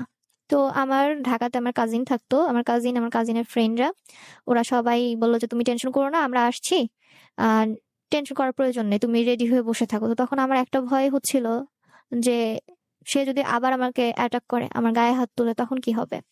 তো পরে এক পর্যায়ে ভাইয়াও যখন আসলো, সেও তখন অফিস থেকে আসলো পরের দিন আর কি। হ্যাঁ, তো আসলো, আসার পর আহ আমার ভাইয়া যখন আমার ট্রলি গাড়িতে উঠছিল, তখন সে ভাইয়ার হাতের থেকে নিয়ে সে ট্রলি গাড়িতে উঠিয়ে দিচ্ছে। সে এটা একটা বারের জন্য বললো না যে ভাইয়া ওকে নিয়ে যায়েন না, জুথি আমার কাছে থাক, আমি একটা ভুল করে ফেলেছি রাগের বশত, প্লিজ ভাইয়া ওকে নিয়ে যায়েন না। ও একটা বারের জন্য বাধা দিল না, আমাকে নিয়ে আসলো বাসায়। নিয়ে আসার পর তার সাথে আমার কোনো কন্ট্যাক্ট নেই, কিছু নেই। 1 মাস 2 মাস, একটা দুইটা দিন করতে করতে 1 মাস 2 মাস 3 মাস 4 মাস এরকম অনেকটা দিন হয়ে গেল। এরপর হঠাৎ করে একদিন সে আমার ফ্যামিলি পার্সনের সাথে কন্ট্যাক্ট করে আমার বাসায় আসতে চাইলো, আমি জানি না, আমাকে না জানিয়ে। এর ভিতর আমার বাবা, এইসব ঘটনার পর আমার বাবা তখনই বলছে যে আমি আমার মেয়েকে ওখানে দিব না, আর যদি দিতেও হয় তাহলে আমি স্ট্যাম্পসে সিগনেচার করাবো, স্ট্যাম্প পেপারে সিগনেচার করানোর পর আমি ওকে দিব, আর আমি তো দিতেই চাচ্ছি না। এরপর তখন আশেপাশের কিছু মানুষ বলতে থাকলো যে তুমি মেয়েকে দাও কি না দাও সেটা পরের কথা, তোমার মেয়ে কি চায়, যেহেতু ওকে বিয়ে দিয়েছো, এখন ওর পার্সোনাল মতামত দেওয়ার একটা জায়গার প্রয়োজন আছে। তো তখন আমার কাছে আমার বাবা জিজ্ঞাসা করলো যে বাবা তুমি কি চাচ্ছ। তখন আমি বাবাকে বললাম যে বাবা, মানুষ মাত্রই ভুল করে, আমার মনে হয় হয়তো কোনো কারণে সে প্রবলেমে ছিল, যার জন্য সেই প্রবলেমটা সহ্য করতে না পেরে আমার সাথে এরকম একটা কাজ করে ফেলছে। প্লিজ ভাইয়া ওকে একটা, সরি প্লিজ বাবা ওকে একটা সুযোগ দেন। তো এটা বলার পর বাবা বললো যে ঠিক আছে। এরপর সে আসলো, আসার পর আমাকে সবার কাছে সরি বললো, ক্ষমা চাইলো, সবকিছু করে সে আমাকে নিয়ে আবার ঢাকায় আসলো। আসার কিছুদিন পর তখন আমি, যেহেতু আমি আহ মানে কোনো কিছু ইউজ করতাম না, মানে আমার বিবাহিত মেয়েরা যেমন চুড়ি পরে, কানে তারপর নাকে এসব পরে, আমি আর এগুলো কিছু ভালো লাগতো না, তো আমি পড়তাম না। তো তখন আমি তাকে বলি যে আচ্ছা দেখো, আমি তো কিছু ইউজ করি না, তো তোমাকে তো যে রিসেপশন অনুষ্ঠানের দিন একটা রিং দিয়েছিল, তো ওই রিংটা তুমি আমাকে দাও, ওটা আমি পরি, তাহলে একটা বিবাহিত যে সেই জিনিসটা থাকবে। তো তখন সে আমাকে বলে যে হ্যাঁ ওই জিনিসটা দিব, সমস্যা নাই, আছে। আর এখানে একটা জিনিস ভাইয়া, সেটা হচ্ছে আমি বিয়ের পরে একটা ছেলে কত টাকা বেতন পায়, কোথায় কি আছে না আছে, ওয়াইফ হিসেবে বাবা মার পরে কিন্তু একজন ওয়াইফই জানে। আমি যতটা দিন ওর সাথে ছিলাম, আমি একটা দিনের জন্য আমি জানিনি যে ও কত টাকা স্যালারি পায়, ওর কোথাও কোনো কিছু আছে কি না আছে। আমি এগুলো জানতে চাইতাম, সে আমাকে কি বলতো, একটা কথাই বলতো, জানতে হবে না। আর আমার কথা আমার জানতে হবে, কারণ আজ যদি ওর একটা অ্যাক্সিডেন্ট হয়ে যায়, তখন তো মানুষ আমাকে সে জিজ্ঞাসা করবে, ওর বাবা মাকে তো জিজ্ঞাসা করবে না যে তুমি ওর ওয়াইফ, তুমিই তো জানো, কে জানবে। তো সে আমাকে কোনো কিছু বলতো না। আর তার রুমে একটা জিনিস, একটা ছোট্ট ওই যে এগুলাকে কি বলে, টিনের বক্স মতো হয় ছোট্ট টাইপের, এই ব্যাচেলার লাইফে ছেলেরা যেটা রাখে আর কি, ওরকম একটা বক্স ছিল। তো ওই বক্সটার চাবি সে কখনো আমাকে দিত না, কখনোই না। তো আমি বলি যে আমি বক্সটা কি আছে আমি দেখবো, চাবিটা আমাকে দাও। তো একদিন এটা নিয়ে ওর সাথে বার্গেটিং হয়ে যায়, ও আবার আমার গায়ে হাত। তো ওদিনকে আমি আর বাবা আমাকে কিছু বলি না, গায়ে হাত তুলো। তারপর ওই যে রিংটা চাইলাম, ও আমাকে রিংটা দিল না, বললো যে পরে নিও, ওই বক্সটার ভিতরে আছে, পরে নিও। তো এরকম যাচ্ছে। আর আমি এমন একটা মেয়ে ছিলাম যে এক গ্লাস পানিও ঢেলে খেতে পারতাম না, আমি সে মানুষের রান্নাও শিখেছি। তো একা একাই রান্না শিখেছি, কখনো আম্মুকে ফোন দিয়ে বলিনি যে আম্মু এই আইটেমটা কিভাবে করতে হবে, এই আইটেমটা কিভাবে করতে হয় আমাকে বলো। তো যাই হোক, আমি আহ রান্না বান্না করতাম, সে বলতো, বা আশেপাশে মানুষকে যখন দিতাম সবাই বলতো যে তুমি রান্না জানো না, তারপর এত সুন্দর রান্না। তো এরপর যেটা হলো, সে আমাকে একদিন ওরকম আবার রিং চাইলাম, তো সে রিং এর একটা হিস্টোরি আমাকে শোনালো যে দেখো অ্যাকচুয়ালি রিংটা আমি তোমাকে দিচ্ছি না, রিংটা আমি হারিয়ে ফেলেছি। তো আমি বললাম রিং হারিয়ে ফেলছো মানে কি? পরে বলতেছে রিংটা আসলে হারিয়ে গেছে, আমি আমার অফিসে থাকাকালীন সময়ে ওয়াশরুমে গিয়েছিলাম, তো আমি যখন হ্যান্ড ক্লিন করছিলাম তো আমার রিংটা ঢিলা হতো, তো সেই জন্য আমি রিংটা বেসিং এর সাইডে খুলে রেখে যখন হ্যান্ড ওয়াশ করছিলাম, এরপর চলে এসেছি, কিন্তু আমি আর পরে ওয়াশরুমে যাইনি। এরপর হঠাৎ করে আমার মনে পড়ছে যে আমি তো ওয়াশরুমে রিং রেখে এসেছি, তো যে নিয়ে আসি। তো আমি ওয়াশরুমে ব্যাগ এসে দেখি যে রিংটা ওখানে আর নেই। তো আমার এখানে তখন প্রশ্ন আসে যে তুমি তো তোমার রুমে একা থাকো, ওয়াশরুমটা তুমি একা ইউজ করো যতক্ষণ তুমি থাকো অফিসে তোমার রুমে, তো ওখানে বাহিরের মানুষ কি করে আসবে, আর নেবেই বা কি করে? যাই হোক, এরকম একটা গল্প সে আমাকে শোনালো, আমি শুনলাম, বোঝানো দরকার বোঝালো, বুঝে নিলাম। এরপর আস্তে আস্তে একটা দিন সে আমাকে বলতে থাকে যে জানো, আজকে অমুকের শ্বশুর আসছিল অফিসের নিচে এসে 5 লাখ টাকা দিয়ে গেছে অমুক একটা কলিগকে। তো তখন আমি বললাম যে হ্যাঁ তার আছে, এজন্য দিয়েছে। তো পরে বললো না কিছু না। এরপর আরেকদিন আমাকে শোনাচ্ছে যে জানো, আমাকে কত মেয়ে বিয়ে করার জন্য পাগল ছিল, ডক্টররা পাগল ছিল। তারপর সে প্রায় কিছু আমার সামনেই সে অনেক মানুষের সাথে কথা বলতো, মেয়েদের সাথে। তা বলতো একটা হিন্দু একটা মেয়ের সাথে আমার রিলেশন ছিল, এটা ছিল ওটা ছিল, ওর বাবা আমাকে জায়গা জমি সবকিছু দিতে চেয়েছিল। মানে আমি এটা বুঝতাম না তখন যে এই কথাগুলো আমাকে বলছে যাতে আমি আমার বাবা মাকে বলি, আমার বাবা মা ওখান থেকে আমাকে কিছু দিক, ওকে দিক।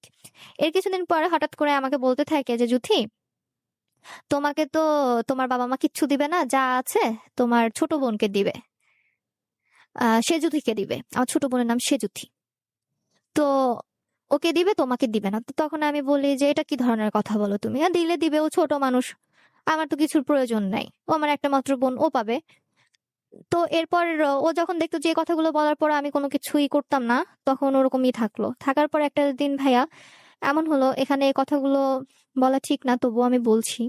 সেটা হলো, ও প্রায় প্রায় আমার গায়ে এরকম হাত তুলতো। তো এক পর্যায়ে ও আমাকে শারীরিক ভাবেও টর্চার করতো। শারীরিক ভাবে টর্চার বলতে যে জিনিসটা, সেটা হচ্ছে ফিজিক্যাল যে রিলেশনটা, আমার পিরিয়ড সার্কেল চলাকালীন সময়েও সে কখনো আমাকে একা থাকতে দিত না, আমার সাথে ওরকম ভাবে থাকবেই। প্লাস এমনও হয়েছে যে হয়তো আমি ঘুমিয়ে আছি বা আমার খাবারের সাথে পর্যন্ত ঘুমের ওষুধ খাইয়ে দিয়েছে, সকালবেলা আমি ঘুম থেকে উঠে দেখেছি আমার পায়ে রশির দাগ, হাতে রশির দাগ, মানে ঘুমন্ত অবস্থায় যাতে আমি নড়াচড়া না করি বা কোনো কিছু এরকম একটা, সেটার জন্য সে হয়তো এরকমটা করেছে। আর আমি সকালবেলা উঠে এই দাগগুলো দেখতাম, আমার হাত পা সব কালো হয়ে থাকতো। তো আর আমি তাকে দেখতাম সে বিভিন্ন ধরনের ওষুধও খেত। আমি অনেক সময় জানতে চেয়েছি কিসের ওষুধ খাচ্ছ, কেন খাচ্ছ, আমাকে বলতো না। এরপর যেটা হয়, আমাকে ওই পিরিয়ড সার্কেল টাইম গুলোতেও আমার সাথে ওরকম রিলেশনটা কন্টিনিউ করতে থাকে। এক পর্যায়ে গিয়ে আমি এতটাই অসুস্থ হয়ে পড়ি যে আমার নন স্টপ ব্লিডিং শুরু হয়। তো নন স্টপ ব্লিডিং যখন শুরু হলো, তখন হচ্ছে আমি বাসায় যেই স্যানিটারি ন্যাপকিনস গুলো ছিল, তো আস্তে আস্তে সব শেষ হয়ে যাচ্ছিল। যেটা হচ্ছে 6 ঘন্টা নেওয়া যাচ্ছে, সেটা কিনা আমার 15 মিনিট 30 মিনিটেই ওটা আমার চেঞ্জ করতে হচ্ছে। তো ওই পর্যায়ে গিয়ে তখন আমি তাকে বললাম, আমার মনে আছে ওই দিন শুক্রবার ছিল, আমি ওকে বললাম যে দেখো ধ্রুব, ন্যাপকিন গুলো শেষ তো, অফিস থেকে আবার কবে আনবে না আনবে সেটার তো কোনো ঠিক নেই। তো প্লিজ তুমি নামাজ পড়ে আসার সময় আমার জন্য ন্যাপকিন নিয়ে এসো। তো তখন সে বললো যে তোমার এগুলো সব মনের রোগ, আমি একটু বিশ্বাস করি না। তো তখন সে আমাকে বললো যে হ্যাঁ আমি বিশ্বাস করবো এবং এনে দিব, যদি তুমি তোমার নোংরা ন্যাপকিনটা আমাকে দেখাতে পারো। তখন আমি হতবাক হয়ে তার মুখের দিকে তাকিয়ে থাকলাম যে সে কি বলছে, এটা সে কি উন্মাদ নাকি, এটা কি ধরনের কথা। তখন আছে আমি তাকে আর রাগের জায়গায় হোক বা যেটার থেকে হোক, কিছু ভুলে গিয়ে আমি সেই জিনিসটাও আমি তাকে দেখালাম। এরপর সে ঠিকই নামাজ পড়ে আসলো, কিন্তু আমার জন্য ন্যাপকিনটা আনলো না। তারপর ওটা আনলো না। এরপর আমি আমার আম্মুকে বললাম যে আম্মু আমি এরকম অসুস্থ, আমাকে ডক্টর দেখাচ্ছেন, আমি কি করব। এরপর আমার নানু ওকে ফোন দিল। এই কথাগুলো তার আম্মু জামাইকে বলতে পারে না। তো নানু ফোন দিয়ে বললো, কি ব্যাপার ভাইয়া, তুমি এটা কেন করছো, গাছকে সুস্থ তো রাখতে হবে, নাহলে তো ফল পাওয়া যাবে না। এভাবে বুঝাতে থাকলো, কিন্তু সে কোনো কিছুই বুঝলো না। এরপর সে আমাকে ডক্টরের কাছে নিলই না। এক পর্যায়ে গিয়ে আমার বাবা, যেহেতু আমাকে ওরকম টর্চার করতে থাকতো, আমার বাবা এক পর্যায়ে আমার বাসায় এসে থাকা শুরু করলো। আর ওর হাতের একটা চকলেট কোনোদিনও আমি খাইনি, কোনোদিনও একটা কিছু আমাকে সে দেয়নি।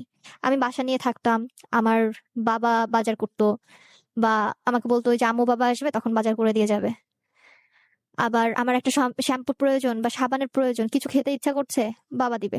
তাহলে আমার কথা যে আমার সবকিছু যদি আমার বাবা দিবে, তাহলে ওকে দিয়ে আমি কি করব। আমার আজকে আমি আছি যেখানে, আমার ফ্যামিলিতে আমরা 4 জন ছিলাম, সেখানে 5 জন হয়েছে, 2 দিন পরে তো আরো একজন আসবে, তখনও কি আমার বাবাই দিবে, এমনটা আমি ভাবতাম। তো তখন হচ্ছে যেটা হলো, আমার বাবা ওরকম বাসায় এসে থাকতো যাতে আমার গায়ে হাত না তুলে, বাবাকে দেখে ভয় পায়। তারপরও বাবা যখন বাইরে থাকতো, কোনো কারণে কাজের জন্য যখন বাবা বাইরে থাকতো, তখন সে আমার গায়ে হাত তুলতো। একদিন তো পরে বাবা ওকে বললো যে আমার মেয়েটা যে এতটা অসুস্থ, তুমি ওকে কেন ডক্টরের কাছে নিচ্ছ না। তখন বলতেছে, আমার বাবার মুখের উপরেই বললো যে ও অসুস্থ না, ওর হচ্ছে মনের রোগ। তখন আমার বাবা রেগে গিয়ে বলল, একটা স্ল্যাংও ইউজ করলো বাবা, বললো যে তুমি আমার মেয়ের বিয়ে বাবদ আজ পর্যন্ত কয়টা টাকা খরচ করছো আমার মেয়ের পিছনে, আর ওর যে মনের রোগ এটা কোন ডক্টর বলছে, কোনো গাইনোলজিস্টের কাছে গিয়েছিলে বা কোনো এমনি ফার্মেসিতে যে কথা বলছো ওর বিষয়ে, কোনো কিছু করছো, কিছুই তো করো নাই, কিভাবে বলতেছো। বলছে আমি জানি। বলছে তুমি জানো মানে। বাবা তখন রিয়েক্ট করে বসে। তো তখন ওদের ওই কথোপকথন দেখে আমি অনেক ভয় পেয়ে যাই। ভয় পেয়ে বাসায় হচ্ছে ন্যাপথলের প্যাকেট ছিল, আমি কি করব বুঝে উঠতে পারছিলাম না যে আমার জন্য এত ঝামেলা, আমি আর আমার লাইফ রাখবো না। তখন আমি ন্যাপথলের প্যাকেটটা ছিঁড়ে আমি অনেকগুলো ন্যাপথল খেয়ে ফেলি। খেয়ে ফেলার পর ওই ছেলেটা কি করলো, ও কোনো গ্রুপে না করে ও পাশের রুমে গিয়ে শুয়ে পড়লো। আর তখন রাত প্রায় বাজে, যেহেতু বাবা রাত্রে বাসায় আসতো, রাত প্রায় 12টা বাজে। ওই টাইমে তো আর নর্মালি ফার্মেসি গুলো খোলা থাকে না। তো এরপর ওরকমটা দেখে ওর পাশের রুমে গিয়ে শুয়ে থাকলো। আমার বাবা তো কই, আমাকে তো রেখে যেতে পারলো না। আমার বাবা আমাকে নিয়ে কি করবে না করবে পাগল হয়ে গেল, যেহেতু আমি একটা পয়জন নিয়ে নিয়েছি অলরেডি। তো তখন আমার বাবা আমাকে নিয়ে দ্রুত হসপিটালের দিকে গেল। হসপিটালের দিকে যাওয়ার পর আমাকে যা যা প্রয়োজন ছিল সেই জিনিসগুলো করা হয়। ও একটা বারের জন্য জিজ্ঞাসা করলো না কি হয়েছে না হয়েছে। আর বাসায় থাকাকালীন সময় আমি রান্না করতাম, ওর জন্য না খেয়ে বসে থাকতাম। ও আসলে খাওয়া দাওয়া করতাম লাঞ্চ আওয়ারে, আমি খেয়েছি কিনা, গোসল করছি কিনা, আমার শরীরটা কেমন আছে, কি বৃত্তান্ত, কখনোই জিজ্ঞাসা করতো না। তার যখন প্রয়োজন পড়তো সে আসতো, এরপর প্রয়োজন শেষ সে চলে যেত। সে আমার সাথেও থাকতো না, সে আলাদা রুমে থাকতো। তো তখন আমি এগুলা নিয়ে কথা বললে আমার গায়ে হাত তুলতো যে কেন এরকম করো। একটা কথা আছে যে জুতা পাট থেকে চণ্ডী মানে যাই হোক, চণ্ডী সেলাই থেকে জুতা কেমন একটা কথা আছে। তো এমনও হয়েছে যে আমি ওকে রিকোয়েস্ট করছি যে আমাকে একটা স্যান্ডেল কিনে দাও। আমার কিন্তু আমার বাবা চাইলেই, যেহেতু আমি চাচ্ছি আমার বাবা তো ঠিকই দিবে, আমি চাচ্ছিলাম যে ওর হাত দিয়ে একটা কিছু আসুক আমার কাছে। ও আমাকে সেই জুতাটাও কিনে দেয় না। আমার একটা ছেঁড়া স্যান্ডেল ছিল, সেটা আমি নিজে হাতে সেলাই করি, সেলাই করে ওটা পাই দিয়ে আমি ঢাকায় ঘুরতাম। বা তার সাথে কোথাও যাওয়ার প্রয়োজন পড়লে সে কখনোই আমাকে নিয়ে বাইরে যেত না। তো একদিন হঠাৎ করে আমাকে বলে যে আজকে রেডি হও, তোমাকে নিয়ে বাইরে যাবো। তো ওদিন আমি বাইরে যাব, তো পাশের বাসার এক ভাবি আমাকে রেডি করাই দিচ্ছে তার সবকিছু দিয়ে। তো আমি বলছি, না ভাবি আমি এগুলো নিতে পারবো না, অসম্ভব, আমার যেটা আছে আমি সেটা নিয়ে যাব। তো বললো, তোমার স্যান্ডেলটা তো ছেঁড়া, তুমি এটা পরে কি করে যাবে, তোমার পা তো ছোট, আমার স্যান্ডেলটা তোমার পায়ে হবে না। সে সেটাও দিতে চাচ্ছে। তো আমি বলছি যে ঠিক আছে ভাবি, আমি দেখছি কি করা যায়। তো তখন আমি ওই জুতাটা নিজে সেলাই করি, সেলাই করে আমি ওর সাথে বাহিরে বের হই।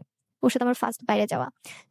এরপর যেটা হলো, ওই যে বললাম আমার বাবা জিজ্ঞাসা করেছিল, এরপর আমাকে সুস্থ করানো হলো। সুস্থ করানো হওয়ার পর আমার বাবা আবার আমাকে বাসায় নিয়ে আসলো, মানে কুষ্টিয়ার বাসায়। কুষ্টিয়ার বাসায় নিয়ে আসার পর আমি ওখানে থাকলাম। এরপর হঠাৎ করে একদিন আমাকে ওদের বাসার থেকে, ঝিনাইদহ থেকে, বলে যে তুমি বাসায় আসো, আমি নতুন বউ, আমি তো সেখানে একা একা যাতায়াত করবো না, আমার শ্বশুর আসবে, নয়তো আমার দেবর আসবে, কেউ এসে আমাকে নিয়ে যাবে। আমার তো আর 10-15টা বাচ্চা কাচ্চা হয়ে যায়নি বা আমি পূরণ হয়ে যায়নি যে আমি একা একা যাতায়াত করবো, কেউ আমাকে নিতে আসতো না। পরে বলো, তোমার এক্সাম শেষ না, তুমি বাসায় আসো, বাসায় এসে কয়েকদিন থেকে যাও। তো আমি পরে বললাম যে আচ্ছা ঠিক আছে আমি যাব। এরপরে কি 3-4 মাস ওর সাথে আমার কোনো কথা হয়েছিল না। তখন আবার সরি টরি বলে, বাবার কাছে ক্ষমা টমা চায়। চাওয়ার পর আমাকে নিয়ে আহ আমি ওই বাসায় যাই। আমার বাবা যখন বলে যে আমার মেয়ে ছোট, ও কি করে গাড়িতে করে যাবে, তো তখন বলে যে ওকে গাড়িতে তুলে দেন, ওকে অমুক জায়গার বাজার থেকে ওকে নামাই নিবে, আমার ছোট ভাই নামাই নিবে, টেনশন নেওয়ার প্রয়োজন নেই। তো পরে বললো যে ও তো জীবনে একা একা কোথাও যায়নি, কি করে যাবে। তো বললো যে না, সমস্যা হবে না। পরে আমাকে ওই যথারীতি গাড়িতে তুলে দিল, আমি ওই বাসায় গেলাম। যাওয়ার পর 2014 সালে ওই যে বিশ্বকাপ ছিল না, ফুটবলের যেটা আর কি। তো আমার দেবর খেলা দেখবে। তো রাত্রে টুর্নামেন্ট থাকার কারণে ও হচ্ছে কি করলো, ওর মাকে বলছে যে মা, আমি তো খেলা দেখবো, তো কি করবো। তো বলে, খেলা দেখবি, দেখ, সমস্যা কোথায়, তুই খেলা দেখে তোর ভাবির রুমেই ঘুমাই পড়িস তোর ভাবির সাথে। তখন এই কথাটা শুনে আমি অবাক হয়ে গেলাম, যে ছেলে মাস্টার্সে পড়ে সে ছেলে কেন আমার সাথে থাকবে, সে তো আমার কাছে পরপুরুষ, কেন থাকবে। আমি এই কথাটা শুনে আমি বাহিরে এসে আমি ধ্রুবকে ফোন দিলাম। ধ্রুবকে ফোন দিয়ে বললাম যে ধ্রুব, আহ মনি ভাইয়া কেন আমার সাথে থাকবে। পরে বললো, সমস্যা কেউ, তোমার ছোট ভাই না। তখন তো শীতের রাত্রে খেলাটা হয়েছিল। তো তারপর ওই শীতের সারাটা রাত আমি চেয়ারের উপর বসেছিলাম। পরের দিন আবার খেলা ছিল, সে আবার ওই দিন রাত্রে দেখবে। তো ওদিনকে সে জানার পরে, মানে আমার শাশুড়ি জানার পর বললো, আচ্ছা ঠিক আছে আজকে রাত্রে আমিও তোমাদের সাথে থাকবো। তো আমার শাশুড়ি সবসময় চাইতো যে আমার নামে কিছু একটা বের হোক, যাতে আমি ওখান থেকে চলে আসি। এরপর আমার শাশুড়ি যেটা করে, ওদিন রাত্রে সে আমাকে মাঝখানে দেয়, তার ছেলেকে এক পাশে দেয়, সে আর এক পাশে শোয়। সে যদি সত্যি আমার ভালো চাইতো বা তার যদি বিবেক বুদ্ধি থেকে থাকতো, তাহলে তো আর আমাদের দুজনকে, মানে তেলকে আর আগুনকে তো আর একসাথে কখনোই রাখতো না। সে সেটা করে না। তারপর আমি সারাটা রাত ওভাবে থাকি। থাকার পর পরের দিন বেশ কয়েকদিন আমি আমার ছুটিটা কাটাই, আমার কলেজের ছুটিটা কাটানোর পর এরপর আমি আবার তার সাথে বাসায় চলে আসি, যেহেতু আমার এক্সাম ছিল আবার কিছুদিন পরেই। এক্সাম থাকার কারণে আমি কুষ্টিয়াতে আসি, আমার হাজবেন্ড যে আমাকে নিয়ে আসে, পরে বলো, আচ্ছা ঠিক আছে সামনে যেহেতু আবার এক্সাম আছে, তো তুমি এক্সাম দিয়ে একবারে ঢাকার বাসায় যেও। তো আমি তখন আবার বাসায় থাকা শুরু করলাম। আমার বাসায় বাসায় থাকাকালীন সময় এর ভিতরে ওর একটা বোন, ওর 3য় নাম্বার না 4র্থ নাম্বার একটা বোন জানো, সে প্রেগনেন্ট ছিল। তো সামনেই ডেট ছিল, হঠাৎ করে আমাকে জানায় যে আমি আসতেছি, তুমি। এর ভিতর হঠাৎ করে আমার হাজবেন্ড আমার সাথে যোগাযোগ অফ করে দেয়, আবার 2-3 মাস যোগাযোগ অফ করে দেয়। তো হঠাৎ করে সে আমাকে জানায়। তো পরে আমি, যেহেতু আমার হাজবেন্ড যোগাযোগ করতো না আমার সাথে, আবার আমিও মাঝে মধ্যে রাগ করে করতাম না, তো শুধু কি আমারই দায়ভার, ওর কি কোনো দায়ভার নেই। তো তারপর ওখান থেকে সে আমাকে জানালো যে আমরা আসতেছি, কি করব। তো আমি জীবনে কোনোদিনও কুষ্টিয়ার যে সদর হসপিটাল সেখানে যাইনি, কতটা দূর না কি বৃত্তান্ত আমি কিচ্ছু জানি না। পরে আমার আম্মু বললো, ঠিক আছে তুমি যাও, যে সব অ্যারেঞ্জ করো। আমি ওখানে গেলাম, ব্লাড ব্যাংকে গেলাম, যা যা প্রয়োজন প্রেগনেন্সির ডেলিভারি টাইমে, তো সবকিছু অ্যারেঞ্জ করলাম। এরপর হঠাৎ করে ওরা আসলো, আসার পর ভর্তি করলাম, সবকিছু করলাম। করার পর আমি সন্ধ্যার দিকে বাসায়, আবার বিকালে না দুপুরে আমি বাসায় চলে আসলাম। দুপুরে আবার আমার আম্মু বাবা এরা গেল খাবার টাবার নিয়ে, ফল টল নিয়ে গেল। যাওয়ার পর আমি আবার সন্ধ্যার দিকে গেলাম। যাওয়ার পর হচ্ছে তাকে আমি নিজে হাতে একটা একটা করে, বাচ্চাদেরকে ঠিক যেভাবে কমলাগুলো ছুলে ছুলে খাওয়ায় সেভাবে খাওয়ালাম, আঙুরগুলো ছুলে ছুলে খাওয়ালাম। সে তখন আমার মুখের দিকে তাকায় বলছে যে আমার মা হলেও হয়তো বা এরকমটা করতো না, তুমি যতটা করতেছো। তো বললাম, কি বলো বোকার মতো, এগুলো বলতেছে, তুমি অসুস্থ মানুষ না, তুমি রেস্ট করো, আর খাওয়াচ্ছি চুপচাপ খেয়ে নাও। পরে এরকমটা করলাম। ওখান থেকে প্রায় রাত্রে 10টার দিকে বাসায় চলে আসি। আর আমাদের বাসার থেকে ওটা প্রায়, সদর হসপিটালটা ছিল 20 মিনিটের রাস্তা। তো তারপর ওখান থেকে আসি, আসার পর হঠাৎ করে রাত্রে মিডনাইটে, তখন আহ বাংলা মাঘ মাস চলছে, ওই টাইমটাতে হঠাৎ করে রাত্রে 3টার দিকে তার ডেলিভারি পেইনটা উঠে। ডেলিভারি পেইন ওঠার পর তার আগে কয়েকবার সিজার হয়েছে এবং বাচ্চাগুলো মারা গিয়েছে। তো এটা হঠাৎ করে আনফরচুনেটলি নর্মাল ভাবেই ওর মাথাটা কিছু অংশ বের হয়ে আসছে, আর এদিকে উনি অলরেডি সেন্সলেস হয়ে গেছে, বাচ্চাকে কোনো রকমই বের করা যাচ্ছে না, নন স্টপ ব্লিডিং হচ্ছে। এটা জানানো হয়, জানানো হওয়ার পর তখন আম্মু, তারপর ওনার হাজবেন্ড, আমার বাবা সবাই ছুটে যায় হসপিটালে। ছুটে যাওয়ার পর তখন বলে যে ওনার কাছে যা যা ছিল প্রত্যেকটা জিনিস ইউজ করে ফেলেছি, প্রত্যেকটা জিনিসেই ব্লাড, এখন আরেকটা পেটিকোট বা ছায়া যেটা বলে আর কি ওটা লাগবে। তখন আমার আম্মু নিজে যেটা পড়েছিল সেটা খুলে দিয়ে দেয় যে এটা আপনারা ইউজ করেন, ও তো আমার মেয়ে, সমস্যা কি। তো তখন ওইটা দেয়। তো তারপর সে বাবুটা আসে, একটা মেয়ে বাবু হয়, বাবুটার কি লাগবে না লাগবে সবকিছু করে পরে আমি তাকে ফোন দিই। তখন সবকিছু ভুলে গিয়ে আমি নিজেই তাকে ফোন দিই, ফোন দিয়ে বলি যে আমি ওর বড় মামি, তো ওকে তো একটা কিছু আমার দিতে হবে, হসপিটালে গেলে তো আমি তো ওকে খালি হাতে তো আর ওকে আমি দেখতে পারি না। তো তুমি আমাকে কিছু টাকা পাঠাও, আমি ওর জন্য কিছু কেনাকাটা করি। তখন সে আমাকে মাত্র 500টা টাকা দিয়েছিল। আমি একটা বেবিকে দেখতে যাবো, একটা বেবির জন্য যদি আমি একটা ডাইপারও কিনতে চাই, সেটারও তো 350-র ভিতর দাম, এরকম 500 টাকায় কি হয়।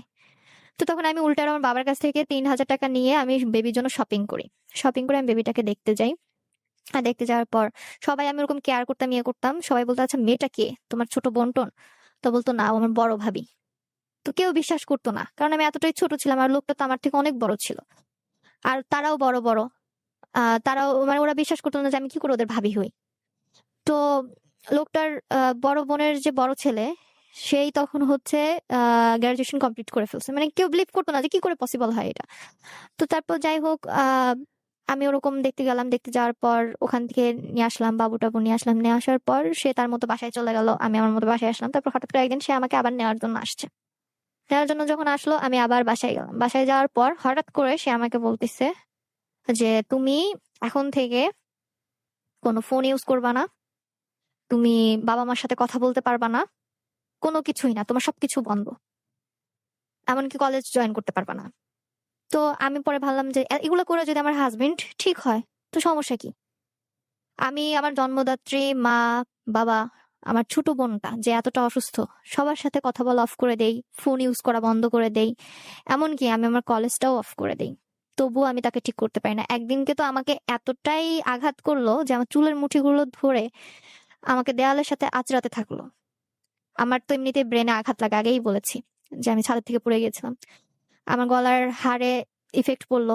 তো তারপর এগুলো জানার পর আমার বাবা আবার কি করলো, আমাকে নিয়ে হসপিটালে গেল। হসপিটালে যাওয়ার পর আমি মাথার ব্যথায় থাকতে পারছিলাম, এমনকি আমার ব্লিডিংও শুরু হলো, আমার হাত পা কেটে গিয়েছিল।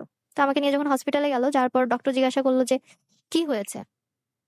তো তখন আহ ওটা যখন জিজ্ঞাসা করলো যে ডক্টর কি হয়েছে, তখন আমি বললাম যে আঙ্কেল আমি ওয়াশরুমে গিয়ে পড়ে গিয়েছিলাম, যার জন্য অ্যাকচুয়ালি আমার আহ পড়ে যাওয়ার কারণে এভাবে আমি আঘাত পেয়েছি। তখন ওরকম বলার পর ডক্টর প্রেসক্রিপশন লিখছিল আর কিছু টেস্ট লিখছিল যে কোথায় কোথায় আমার ইনজুর্ড হয়েছে।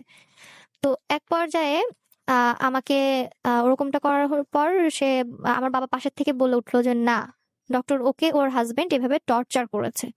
তখন লোকটা আমার মুখের দিকে তাকিয়ে বলল যে তোমরা নারীরা কেন এরকম হও, মা যাত্রা বা একজন মেয়ে কেন এরকম হও যে হাজবেন্ডের জন্য মিথ্যা কথা পর্যন্ত বলো।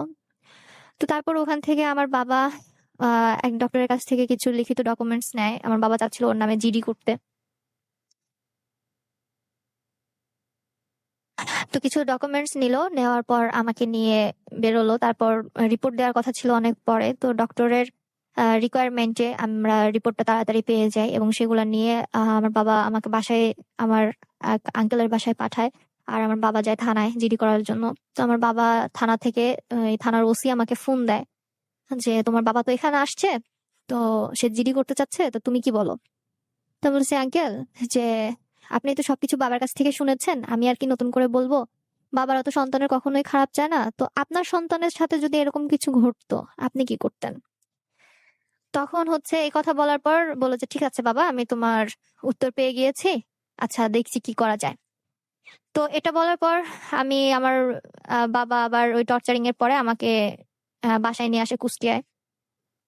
কুষ্টিয়ায় নিয়ে আসার পর আবার ওরকম অনেকটা দিন তার সাথে আমার কোনো যোগাযোগ নেই, কিচ্ছু নেই। এরপর হঠাৎ করে সে একদিন আসে, আসার পর আমাকে নিয়ে তাদের বাড়িতে যায়। তাদের বাড়িতে যাওয়ার পর আমি যখনই তাদের বাড়িতে যেতাম, তার যে 6টা বোন ছিল সবাই চলে আসতো, বোনের হাজবেন্ডরা সবাই চলে আসতো। আসার পর ওই যে ননদের জন্য আমি এত কিছু করলাম, সেই ননদই তখন আমাকে বলছে যে হ্যাঁ, কি বিয়ে করেছে, না আছে রূপ, না আছে গুণ, না আছে কোনো কিছু, কি যে বিয়ে করছিল, আমাদের সংসারে আসার পর থেকে আমাদের সংসারটাই নষ্ট হয়ে গেছে, সংসারটা একদম শেষ করে দিয়েছে। তখন আমি বললাম, তখনও আমি চুপ করে আছি, ওই বাচ্চাটার সাথে খেলছিলাম, এতদিন পর বাচ্চাটাকে পেয়েছি, বাচ্চাটার সাথে খেলছিলাম, তখন চুপ করে থেকে থেকে এক পর্যায়ে গিয়ে বলতেছে যে কিছু মনে করেন না ভাইয়া, এখানে এই কথাগুলো বলি। এভাবে বললো যে তাদের ভাষাতে আর কি বলছি, যে বিয়ে করেছে একটা ডাইনিকে, ডাইনি বিয়ে করে নিয়ে আসার পর আমাদের সংসারটা একদমই জ্বলে পুড়ে গেল, ওর নজরে সব শেষ হয়ে গেল। তো তখন আমার আর সহ্য করতে পারিনি, তখন 1 বছরের মাথায় আমি প্রায় 1-1.5 বছরের মাথায় আমি মুখ খুলে বলি যে কেন, কি হয়েছে? আমি বাইরে গিয়ে বলি যে আপনি আমাকে এগুলো কেন বলছেন, কি করেছি আমি? তখন সে বলে যে কি করিস নি তুই, আর যদি আমার ভাই ফকিরের ঘরের একটা মেয়েকেও নিয়ে আসতো তাহলেও অনেক কিছু পাইতো। তোকে বিয়ে করে কি পাইছে? তোর প্রত্যেকটা জিনিস ম্যাচিং ম্যাচিং লাগে, তোর এটা লাগে ওটা লাগে। তো বললাম যে আচ্ছা ঠিক আছে, আমার প্রত্যেকটা জিনিস ম্যাচিং লাগে বুঝলাম, এগুলো কে দেয়? বলে আমার ভাই ছাড়া কে দেয়? বললাম, অসম্ভব, আমি যে ড্রেসটা পরে আছি এটা আমার বাবার দেওয়া, পায়ের স্যান্ডেলটা আমার বাবার দেওয়া, ব্যাগটা আমার বাবার দেওয়া, হাতের মোবাইলও আমার বাবার দেওয়া, তাহলে আপনার ভাই আমাকে কি দিল? বলে তাহলে আমার ভাই টাকা কি করে? আমি পরে বললাম যে আপনার ভাই যে কত টাকা পায়, স্যালারি যে কত টাকা পায় আমি সেটাই জানি না, কয়টা ডিপিএস আছে, কি ব্যাংক অ্যাকাউন্ট আছে বা কি আছে, আমি কোনো কিছুই জানি না। তাহলে আমার ভাই টাকা কি করে? বলে, আপনার ভাই টাকা কি করে সেটা আপনি আপনার ভাইয়ের কাছে জিজ্ঞাসা করেন, আমি কি করে বলবো? পরে এরকম অশান্তি টশান্তি করলাম, করার পর আমাকে কিনা বলছে যে হ্যাঁ, তখন ওর মাও বাবা দুজনেই, মানে মা বাবা দুজনেই বলতে থাকতো যে আমার ছেলেকে যদি আজ কোনো জায়গায় বিয়ে দিতাম অনেক কিছু পেতাম। পরে আমি আরেকটা কথা বলি যে আপনাদের এত কিছু যদি চাওয়া পাওয়ার ছিল তাহলে আপনারা কেন আগের থেকে বলেননি? আর দ্বিতীয়ত হচ্ছে, চাওয়া পাওয়ার বিষয়টা তো গেল, আর আপনার ছেলে যখন বিয়ের সময় আমার বাবা জিজ্ঞাসা করেছিল, আমার বাবাকে কেন বলছিল যে কিছুই লাগবে না, আমি শুধু মেয়েটাকেই চাই। তো আর আপনাদের এত চাওয়া পাওয়া, তাহলে এই যে গরু ছাগলের দাম পাওয়ার জন্য তো সবাই হাটে উঠায় গরু ছাগলকে, তো আপনি আপনার ছেলেকে ভাবে হাটে উঠাইতেন, দাম পেয়ে যেতেন, যেটা প্রয়োজন ছিল সেটা পেয়ে যেতেন, তো সেটা কেন করেননি? তখন আমাকে আবার ওরকম উল্টাপাল্টা কথা বলতে থাকে, তারপর ওখান থেকে চলে আসি আমরা। আসার পর আর সে কোনো উত্তর দিত না, সে উল্টা আরো আমাকে চুপ করতে বলতো। পরে ওখান থেকে চলে আসি, আসার পর সে বাসায় চলে যায়। বাসায় চলে যাওয়ার পর আহ ইয়ে হয়, আহ সে ওরকম বাসায় চলে যায়, আমাকে রেখে ঢাকার বাসায় আর কি চলে আসে, আমি ওখানে থাকি। থাকার পর তো এরপর যেটা হলো, আমি, সে বাসায় চলে আসলো, আমি ওখানে থাকলাম। থাকার পর আস্তে আস্তে আবার হঠাৎ করে সে এমন ছিল যে যদি বলা যেত, মানে এই যে ভাইয়া আপনার কথা যদি বলা যায় যে ওনার পা ধরে ক্ষমা চাও বা ওনাকে কিছু একটা বলো, আহ ওকে তোমার সাথে দিব। লাস্ট পর্যায়ে এমন হলো যে আমার বাবা আর ওখানে দিতে চাচ্ছিল না তাদের কাছে। তো আমি এর ভিতরে একটা কথা বলতে ভুলে গেছি, সেটা হলো যখন ওই যে আমার ননদ ও ধরনের কথা বলছিল, তখন আমি বলছিলাম যে আপনি এখানে এত কথা বলছেন, আমি এখানে যদি আজকে উলঙ্গ হয়েও চলাফেরা করি তো সবাই বলবে যে এটা এই বাড়ির বউ, সে করছে মানায়। কিন্তু আপনি এখানে, আপনি এই বাড়ির মেয়ে, আপনি এখানে সেই কথাগুলো বলছেন, আপনাকে একটু মানাচ্ছে না। তো যা বলছেন ভেবেচিন্তে কথা বলুন। আর আপনি কার বাড়িতে দাঁড়িয়ে কথা বলছেন? আপনি আমার বাড়িতে দাঁড়িয়ে কথা বলছেন। তারপর বলছে কি, তোর বাসা, তোর বাসা, তুই তো একটা মানে ওই যে স্লাইং গুলো যেগুলো আর কি, ডাইনি, তারপর আজে বাজে যে কথাগুলো সেগুলো আর কি বলতে থাকে। তো তারপর বলে যে তুই এগুলা। পর আমি ওখান থেকে চলে আসলাম। এরপর তো ওই যে বললাম আমার বাবা আমাকে আর দিতে চাচ্ছিল না। এরপর যেটা হয়, দিতে চাচ্ছিল না, এরপর আমি আবার হঠাৎ করে ওদের সাথে আমার কমিউনিকেশন একদমই অফ হয়ে যায়। লাস্টে টর্চারিং এর মাত্রা এতটাই বেড়ে গিয়েছিল যে আমার গায়ে, যেহেতু সে স্মোক করতো না, সে ম্যাচের কাঠি দিয়ে আগুন ধরাতো। আগুন ধরিয়ে ম্যাচের মাথায় যখন বারুদটা থাকতো, সে আমার ওই ওই বারুদ থাকাকালীন সময় যতক্ষণ আগুনগুলো থাকতো আমার গায়ে ঠেসে ঠেসে ধরতো, এভাবে টর্চার গুলো করতো। আর আমার আম্মুর সামনেই ওই যে ওরকম করে বলতো যে তোমার যা কিছু আছে ছোট বোনকে দিয়ে যাবে, তোমাকে কিছুই দিবে না। এরপর যেটা হলো, আমি আবার তার সাথে আমার প্রায় 2 বছর মতো কোনো যোগাযোগ থাকলো না, কোনো কিছু না। আমি এর ভিতরে আহ হঠাৎ করে আবার আমার নতুন করে আমি আমার পড়ালেখা শুরু করে দেই, যে না, বসে থাকলে হবে না, আমার পড়ালেখাটা করতে হবে। আমার বাবা বলে যেভাবে বসে থেকো না, পড়ালেখাটা করো। আর এইসব টর্চারিং এর জন্য আমি এতটা ডিপ্রেসড হয়ে যাই, আমি 2-3টা ঘুমের ওষুধ খেলেও আমার ঘুম হতো না। মাথায় তেল দিতে দিতে চুলগুলো এমন হয়ে যেত, চুল যদি কাপড়ের মতো চিপড়ানো যেত, টপ টপ করে পানির বদলে তেল পড়বে, এরকম একটা অবস্থা। তো এক পর্যায়ে আমি আমি খাচ্ছি, কি খাচ্ছি না, মানে নিজের ভিতরে আমি ছিলামই না টোটালি। আর ও এরকম করতো, তারপরেও ওকে প্রচুর ভালোবেসে ফেলছিলাম, যার জন্যই হয়তো এত কিছু পরেও নিজের বাবা মাকেও ভুলে যায়, সবকিছু হয়। এরপর এরকম 1-1.5 বছর তার সাথে আমার কোনো যোগাযোগ থাকলো না, কোনো কিছু না। এর ভিতরে যেটা হলো, হঠাৎ করে সে আবার আমার বাসায় আসে। আমার বাসায় আসে, আসার পর আমাকে নিয়ে যেতে চায়। এবার বাসায় নিয়ে আসলো, নিয়ে আসার পর কিছুদিন পর আবার ওরকম টর্চার। পরে এবার আমি একদম টর্চার করলো, করার পর আমি আবার এসে 1 মাস মতো বাসায় থাকলাম। থাকার পর ওই 1 মাস থাকাকালীন সময়ে আমি তাকে একদিন ফোন দিয়ে বলি যে, ধ্রুব, আমি কনসেপ্ট করছি। তখন সে আমাকে বলে যে, তুমি কনসেপ্ট করছো, এটা যেন না থাকে, এটা কার আমি জানি না। আমি পরে বলি যে, তুমি কি বলতেছো এসব পাগলের মতো কথাবার্তা, কার মানে তুমি জানো না, এটা কি বলতেছো? বলতেছো ওটা যেন না থাকে তো না থাকে। তো এই কথাটা জাস্ট আমি বলেছিলাম মিথ্যা, তাকে পরীক্ষা করার জন্য, যে যদি আদৌ একটা বাচ্চা আসে তাহলে সে কি করবে, তার মুভমেন্ট কোথায় গিয়ে দাঁড়ায়, এটা দেখার জন্য আমি বলছিলাম। পরে নিজেকে তখন বললাম যে, যাই হোক, ভালোই হয়েছে। যদি এত কিছুর ভিতরে আমার নিজেরই ঠিকানাটা স্থায়ী হচ্ছে না, তো ওই জায়গাটাতে যদি বাচ্চাটা আসে, ও আদেও যদি আমাদের কোনো কিছু একটা হয়ে যায়, তখন বাচ্চাটা সমাজের মুখে অনেক কথা শুনবে, সমাজের মানুষ ওকে নানান ধরনের কথা বলবে। তো বিভিন্ন কিছু ভাবতে থাকলাম আর বলতে থাকলাম যে, যাই হোক, যে মিথ্যা কথা বলেও তা অনেক কিছু জানতে পারছি। তো এরপর আবার আমি 1 মাস পরে তার কাছে যাই। যার পর সে হঠাৎ করে আমাকে বলতেছে যে, আবার সে একই কথা, তোমার বাবার যা কিছু আছে আমাকে লিখে দিতে পারো। আর আমি যখন এগুলাতে ওই যে প্রতিবাদ করতাম, তখনই আমার গায়ে হাত তুলতো। তো তখন আমি বললাম যে, আচ্ছা ঠিক আছে, সবকিছু লিখে দিবে, এই করবো এই করবো, আমাকে শ্বশুর এটা করে, তমুক তা করে। তো এগুলা কেন তুমি আমার বাবাকে আগের থেকে বলোনি? আর তুমি আমার জীবনটা কেন নষ্ট করলা? আমাকে বিয়ে করে আমার জীবনটা কেন নষ্ট করলাম? আমার পড়ালেখা তোমার জন্য বাদ দিলাম, সবকিছু করলাম, কেন এরকমটা করলা? তখন সে আমাকে বলতে থাকে যে, তখন ওই মুহূর্তে ভালো লাগছিল, তাই তোকে বিয়ে করছি। তুই তুকারি করতো লাস্টের দিকে এসে, তখন ভালো লাগছিল তাই তোকে বিয়ে করছি, এখন ভালো লাগে না তাই তোর সাথে এরকম করি, তোর থেকে বাজারের মেয়ে ছেলে অনেক ভালো, এরকম একটা কথা আমাকে বলে বসে। তখন আমি বললি যে, বাজারের মেয়ে ছেলে যে ভালো, তো তুমি এটা জানলা কি করে? পরে বলল যে, বাজারের মেয়ে ছেলে ভালো, আমি আমার বন্ধুদের কাছ থেকে শুনছি। তা আমি বললাম যে, বন্ধুদের কাছ থেকে শুনছো, তা তোমার বন্ধুদের কাছ থেকে কতটুকু জানছো? বলছে যে, ওই যে বাজারের মেয়ে ছেলে ভালো এতটুকু জানছে। বলছে, শোনো, একটা মেয়ে কতটুকু ভালো বা একটা ছেলে কতটুকু ভালো, একটা ফ্রেন্ড বা পাশের মানুষ কখনোই বলতে পারে না। জানতে হলে নিজেকে তার সাথে আগে যে মিশতে হবে, তবে আমি বলতে পারবো বা একটা সার্টিফিকেট দিতে পারবো যে সে এতটুকু ভালো। তো বললো পরে যে, বেশি কথা বলিস না। আর সে হচ্ছে আমতা করে, তখন কথা জড়াই ফেলে, কথা বলতে পারে না আমার এই প্রশ্নের পরিপ্রেক্ষিতে। এরপর যেটা হয়, সেটা আমি ওরকম দেখে আবার আমার ওই যে বললাম যে গায়ে বিভিন্ন ধরনের ছ্যাঁকা ট্যাঁকা দিত। পরে আমি ওখান থেকে চলে আসলাম। এবার চলে আসলাম, আসার পর বাড়িতে পরীক্ষা দেওয়ার জন্য আসলাম। আমি বাবাকে বললাম যে, বাবা, আমি পরীক্ষা দিব, আমার পরীক্ষা দিতে আসতে হবে। এরপর হঠাৎ করে ওরকম আসার পর তার সাথে আমার যোগাযোগ আবার কিছুদিন অফ থাকে। অফ থাকার পর সে তার ৮ দেশ আসে একদিনকে আমার শ্বশুর আমাকে ফোন দেয়। ফোন দিয়ে বলে যে, জ্যোতি মামুনি, তোমার এক্সাম শেষ হলে তুমি বাসায় এসে কিছুদিন থেকে যেও। তো আমি বললাম যে, আচ্ছা ঠিক আছে, আমি যাব। তাই আমি ওই বাসায় গেলাম। যাওয়ার পর আমি কোনোদিনও ঢেঁকিতে পা দিয়ে দেখিনি। আমাকে দিয়ে প্রত্যেকটা কাজ করাইতো। একদিন ওরকম ঢেঁকিতে উঠতে বলছে আমাকে। প্রায় ওগুলাকে শেয়ার বলে, কেমন যেন দেখতে হয়, ছোট। ওগুলা গ্রামের বাড়িতে চলে আরকি। আমি ওখানে যেয়ে জেনেছি এই জিনিসগুলো। তো ওইগুলার প্রায় ৪ কেজি চাউল আমাকে ঢেঁকিতে কুটতে দিল। ঢেঁকিতে পাড়াতে দিল আরকি। তো পাড়াতে যখন দিল, আমি তো জীবনে কখনো ঢেঁকিতে পা দিয়ে দেখিনি। তো ঢেঁকি পাড়াতে, পাড়াতে সম্পূর্ণ চাউলগুলো আমাকে দিয়ে গুঁড়ো করলো। গুঁড়ো করার পর আমার হঠাৎ করে আমি ইভিনিং আওয়ারে দেখি আমার ২ পা আমি নাড়াতে পারছি না। এতটা ব্যথা, মাজার থেকে শুরু করে পা অব্দি। পুরো পা ফুলে গেছে।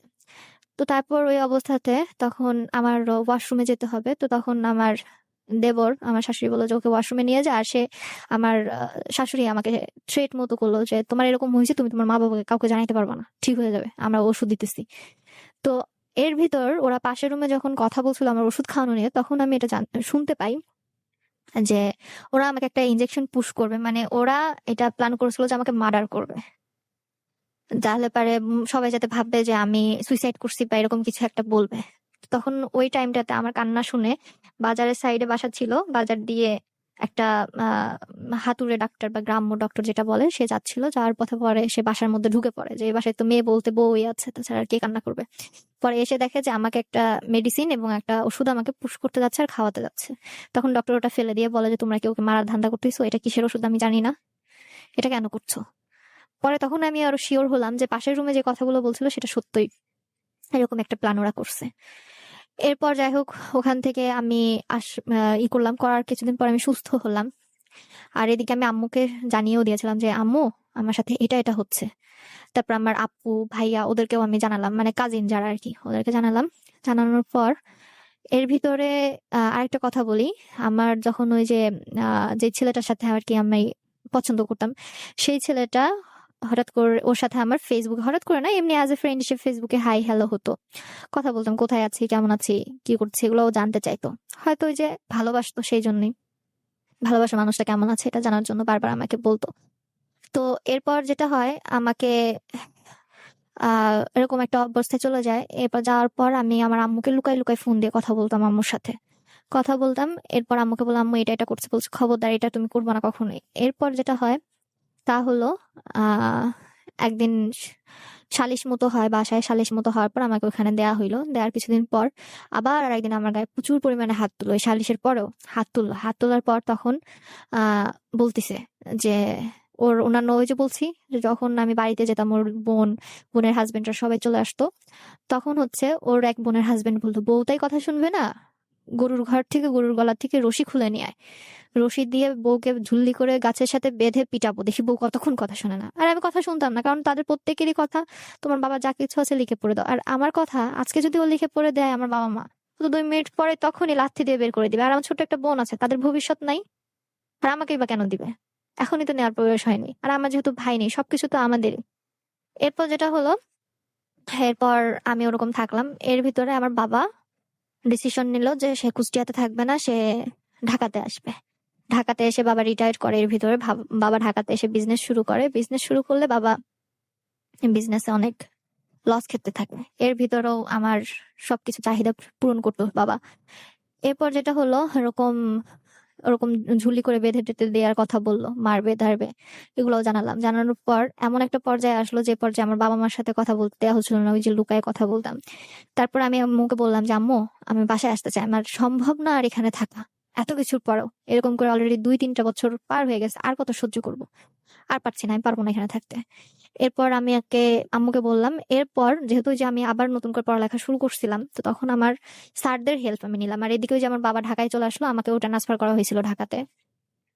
তো ঢাকার টিচারদেরকে আমি ফোন দিলাম, আম্মুকে ফোন দিয়ে বললাম যে আম্মু তুমি টিচারদের সাথে যোগাযোগ করো, টিচার এরা চাচ্ছে আমাকে টাকা দিয়ে রেজাল্টটা বানাবে, যাতে করে আমি তোমাদের কাছে না যাইতে পারি বা ওরা আমার একটা ক্ষতি করবে, এই জন্য।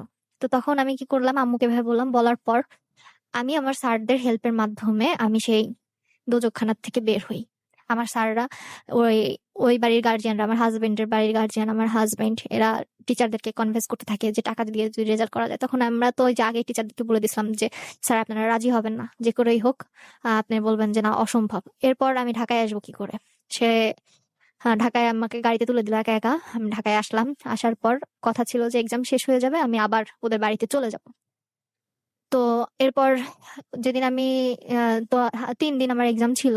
তো তখন হচ্ছে বললো ঠিক আছে তুমি এতদিন পর বাসায় যাচ্ছ, 1 সপ্তাহ থাকতে পারবা। তো 1 সপ্তাহ পরে আমার হাজবেন্ড আমাদের বাসায় আসে, ঢাকায় যে বাসা নিয়ে আমরা থাকতাম সে বাসায় আসে। বাসায় আসলে আমার হাজবেন্ড, ওদিন আমার আম্মু, মানে ওদিনকে আমি জানতাম না যে ওদিনকে সত্যি আমাকে আমার হাজবেন্ডের সাথে আর পাঠাবে না। আমার আম্মু আমার জন্য সবকিছু, ওর পছন্দের খাবারগুলো, আমার পছন্দের খাবারগুলো সবকিছু রান্না করে আম্মু নিজে হাতে ওকে বেড়ে বেড়ে খাইয়েছে। আম্মু মনে কষ্ট নিয়ে সবকিছু রান্না করে। এরপর যখন ও চলে যাবে তখন বলতেছে যে বাবা ওকে নিতে আসছি। পরে বলতেছে আমার মেয়ে কার সাথে যাবে? বলতেছে রাত্রে গাড়িতে তুলে দিবো একা একা। বলছে অসম্ভব, ইয়াং একটা মেয়েকে আমি এভাবে রাত্রে 11টার সময় যে গাড়ি ছাড়বো, এই রাত্রে আমি জীবনও দিতে পারবো না, তোমার যতই পরিচিত হোক যাই হোক। আর আমার মেয়ে তো ভালো না বাবা, তুমি কিছু মনে করো না, আমার মেয়ে ভালো না, আমার মেয়ে খারাপ, আমার মেয়েকে আর আমি দিব না। অনেক চেষ্টা করছি, ও তো খারাপ, আমি দেখলাম, ওকে তো রাখতে পারলাম না। তো তুমি কিছু মনে করো না, তুমি ভালো একটা ছেলে, দেখতে ভালো, তো তুমি ভালো একটা বিয়ে করতে পারবা। তো তুমি ওকে ভুলে যাও, ভুলে যেয়ে তুমি নতুন করে জীবন শুরু করো। তো তখন হচ্ছে যেটা হয়, এই কথা বলার পর আহ আমি, ওরকমটা বললো, বলার পর সে আমাকে রেখে চলে গেল রাগ করে, ইতি করে চলে গেল। সে একটা বারের জন্য বাবাকে বললো না, কেন বাবা কি কিসের জন্য এরকম বলছেন, অসম্ভব, এরকম কিছুই না। এসব কিছু না বলার কারণে এরপর যেটা হয়, হঠাৎ করে আহ ওর বোনের বড়, হ্যাঁ ওর বড় বোনের হাজবেন্ড বাবাকে ফোন দেয়। ফোন দিয়ে বলে কি ব্যাপার, আপনারা নাকি ধ্রুবর গায়ে হাত তুলছেন, মারামারি করছেন। বলছেন যে জুথি আর পাঠাবেন না, কেন পাঠাবেন না? পরে বলছে যে হ্যাঁ, আমি আমার মেয়ে যেহেতু ভালো না, আমি আমার মেয়েকে আর ওখানে দিব না। তো তোমরা ভালো, তোমার শালাকে তোমরা নতুন করে আবার বিয়ে দিও, আমার খারাপ মেয়ে আমার কাছেই থাকুক। এরপরে আমি এরকম থাকতে থাকলাম। হঠাৎ করে এর ভিতর আমার আহ পড়ালেখাটাও শেষ করি, মোটামুটি পর্যায়ে শেষ করি। শেষ করার পর একটা চাকরিতে ঢুকি।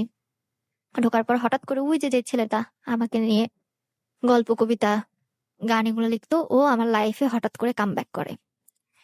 কামব্যাক করে এভাবেই সে আমাকে বলে যে আচ্ছা জুথি, আমরা যে জিনিসটা ভাবছিলাম বিগত 4-5 বছর আগে, সেই জিনিসটাকে আবার রিকন্টিনিউ করা যায় না? তখন আমি অবাক হয়ে বলি যে দেখো, আমি যতই একটা বিবাহিত মেয়ে হই আর যাই হই না কেন, বা যেটাই হোক, আহ ও তখন আমার ডিভোর্সও হয়ে যায়, মিউচুয়াল ডিভোর্স হয়ে যায় কিছুদিন পরে, ওটার কিছুদিন পরেই মিউচুয়াল ডিভোর্স হয়ে যায়। আর ওরা আমাকে, আমার বাবা যেগুলো দিয়েছিল আমাকে, কোনো কিছু আমাকে আর ব্যাক দেয় না। এমনকি যেই সংসারটা আমার সাজানো ছিল সবকিছু, সেই জিনিসগুলো ওরকম থাকে। তো আমার বাবা কিছুই আনেনি, কোনো কিছু ওরা দেয়ও নি, আনেও নি। আমার বাবার কথা যে আমি আমার মেয়েকে পাইছি এটাই অনেক, আমার কিচ্ছু লাগবে না, ওইসব ওদেরকে আমি ভিক্ষা দিলাম। এরপর যেটা হয়, ওই যে ওই ছেলেটা আমার লাইফে কামব্যাক করে। তো তখন কামব্যাক করে আমি বললাম যে দেখো, তোমার কাছে যেটা সহজ, একটা ডিভোর্সি মেয়েকে কিন্তু কেউ এরকম ভালো চোখে দেখে না। সবাই ডিভোর্সি মেয়েকেই দোষ দেয়। একটা ছেলে 10-15টা বিয়ে করুক বা ছেড়ে দিক, তাতে কোনো কথা হয় না। একটা মেয়ের একবার ডিভোর্স হয়ে গেলে অনেক কথা শুনতে হয়। শুধু ডিভোর্স কেন, একটা মেয়ে রাস্তায় দাঁড়িয়ে একটা ছেলের সাথে কথা বললে নানান ধরনের কথা হয়, নিজের ভাইয়ের সাথে কথা বললে অনেক কথা বলে মানুষ। তো তুমি কি করে ভাবলা তুমি একটা আনম্যারিড ছেলে আমার মতো একটা ডিভোর্সি মেয়েকে, আর অন্যের ফেলে দেওয়া খাবার, নষ্ট হয়ে যাওয়া খাবার, সেই জিনিসটা তুমি কেন খাবে? তুমি ভালো কিছু পাবা। আর তোমার কি মনে হয় না এই কয় বছরে আমার লাইফে কোনো ছেলে আসেনি, আমার ডিভোর্স হয়েছে, তাতে কি হয়েছে? আমার ডিভোর্সটা প্রায় 16-17 শেষের দিকে হয়। তো ও তখন 17 মাঝ বরাবর আমার কাছে ফিরে আসতে চায়। এরপর যেটা হলো, তারপর আমি বললাম যে আচ্ছা ঠিক আছে, আমার এটা নিয়ে ভাবার টাইম লাগবে। তো বললো ভাবতে কত সময় লাগবে? তো আমি বললাম মানুষের ভাবতে তো ন্যানো সেকেন্ডও টাইম লাগে, অনেক সময় দেখা যায় যুগের পর যুগও লাগে, 6 মাস লাগে বা 6 বছরও লেগে যায়। তো আমি ভাবে বলতে পারছি না আমার কতদিন টাইম লাগবে। তারপর সে পরের দিন যথারীতি টাইম আমাকে ফোন দিল, তখন আমি একটা চাকরিতেও ঢুকি।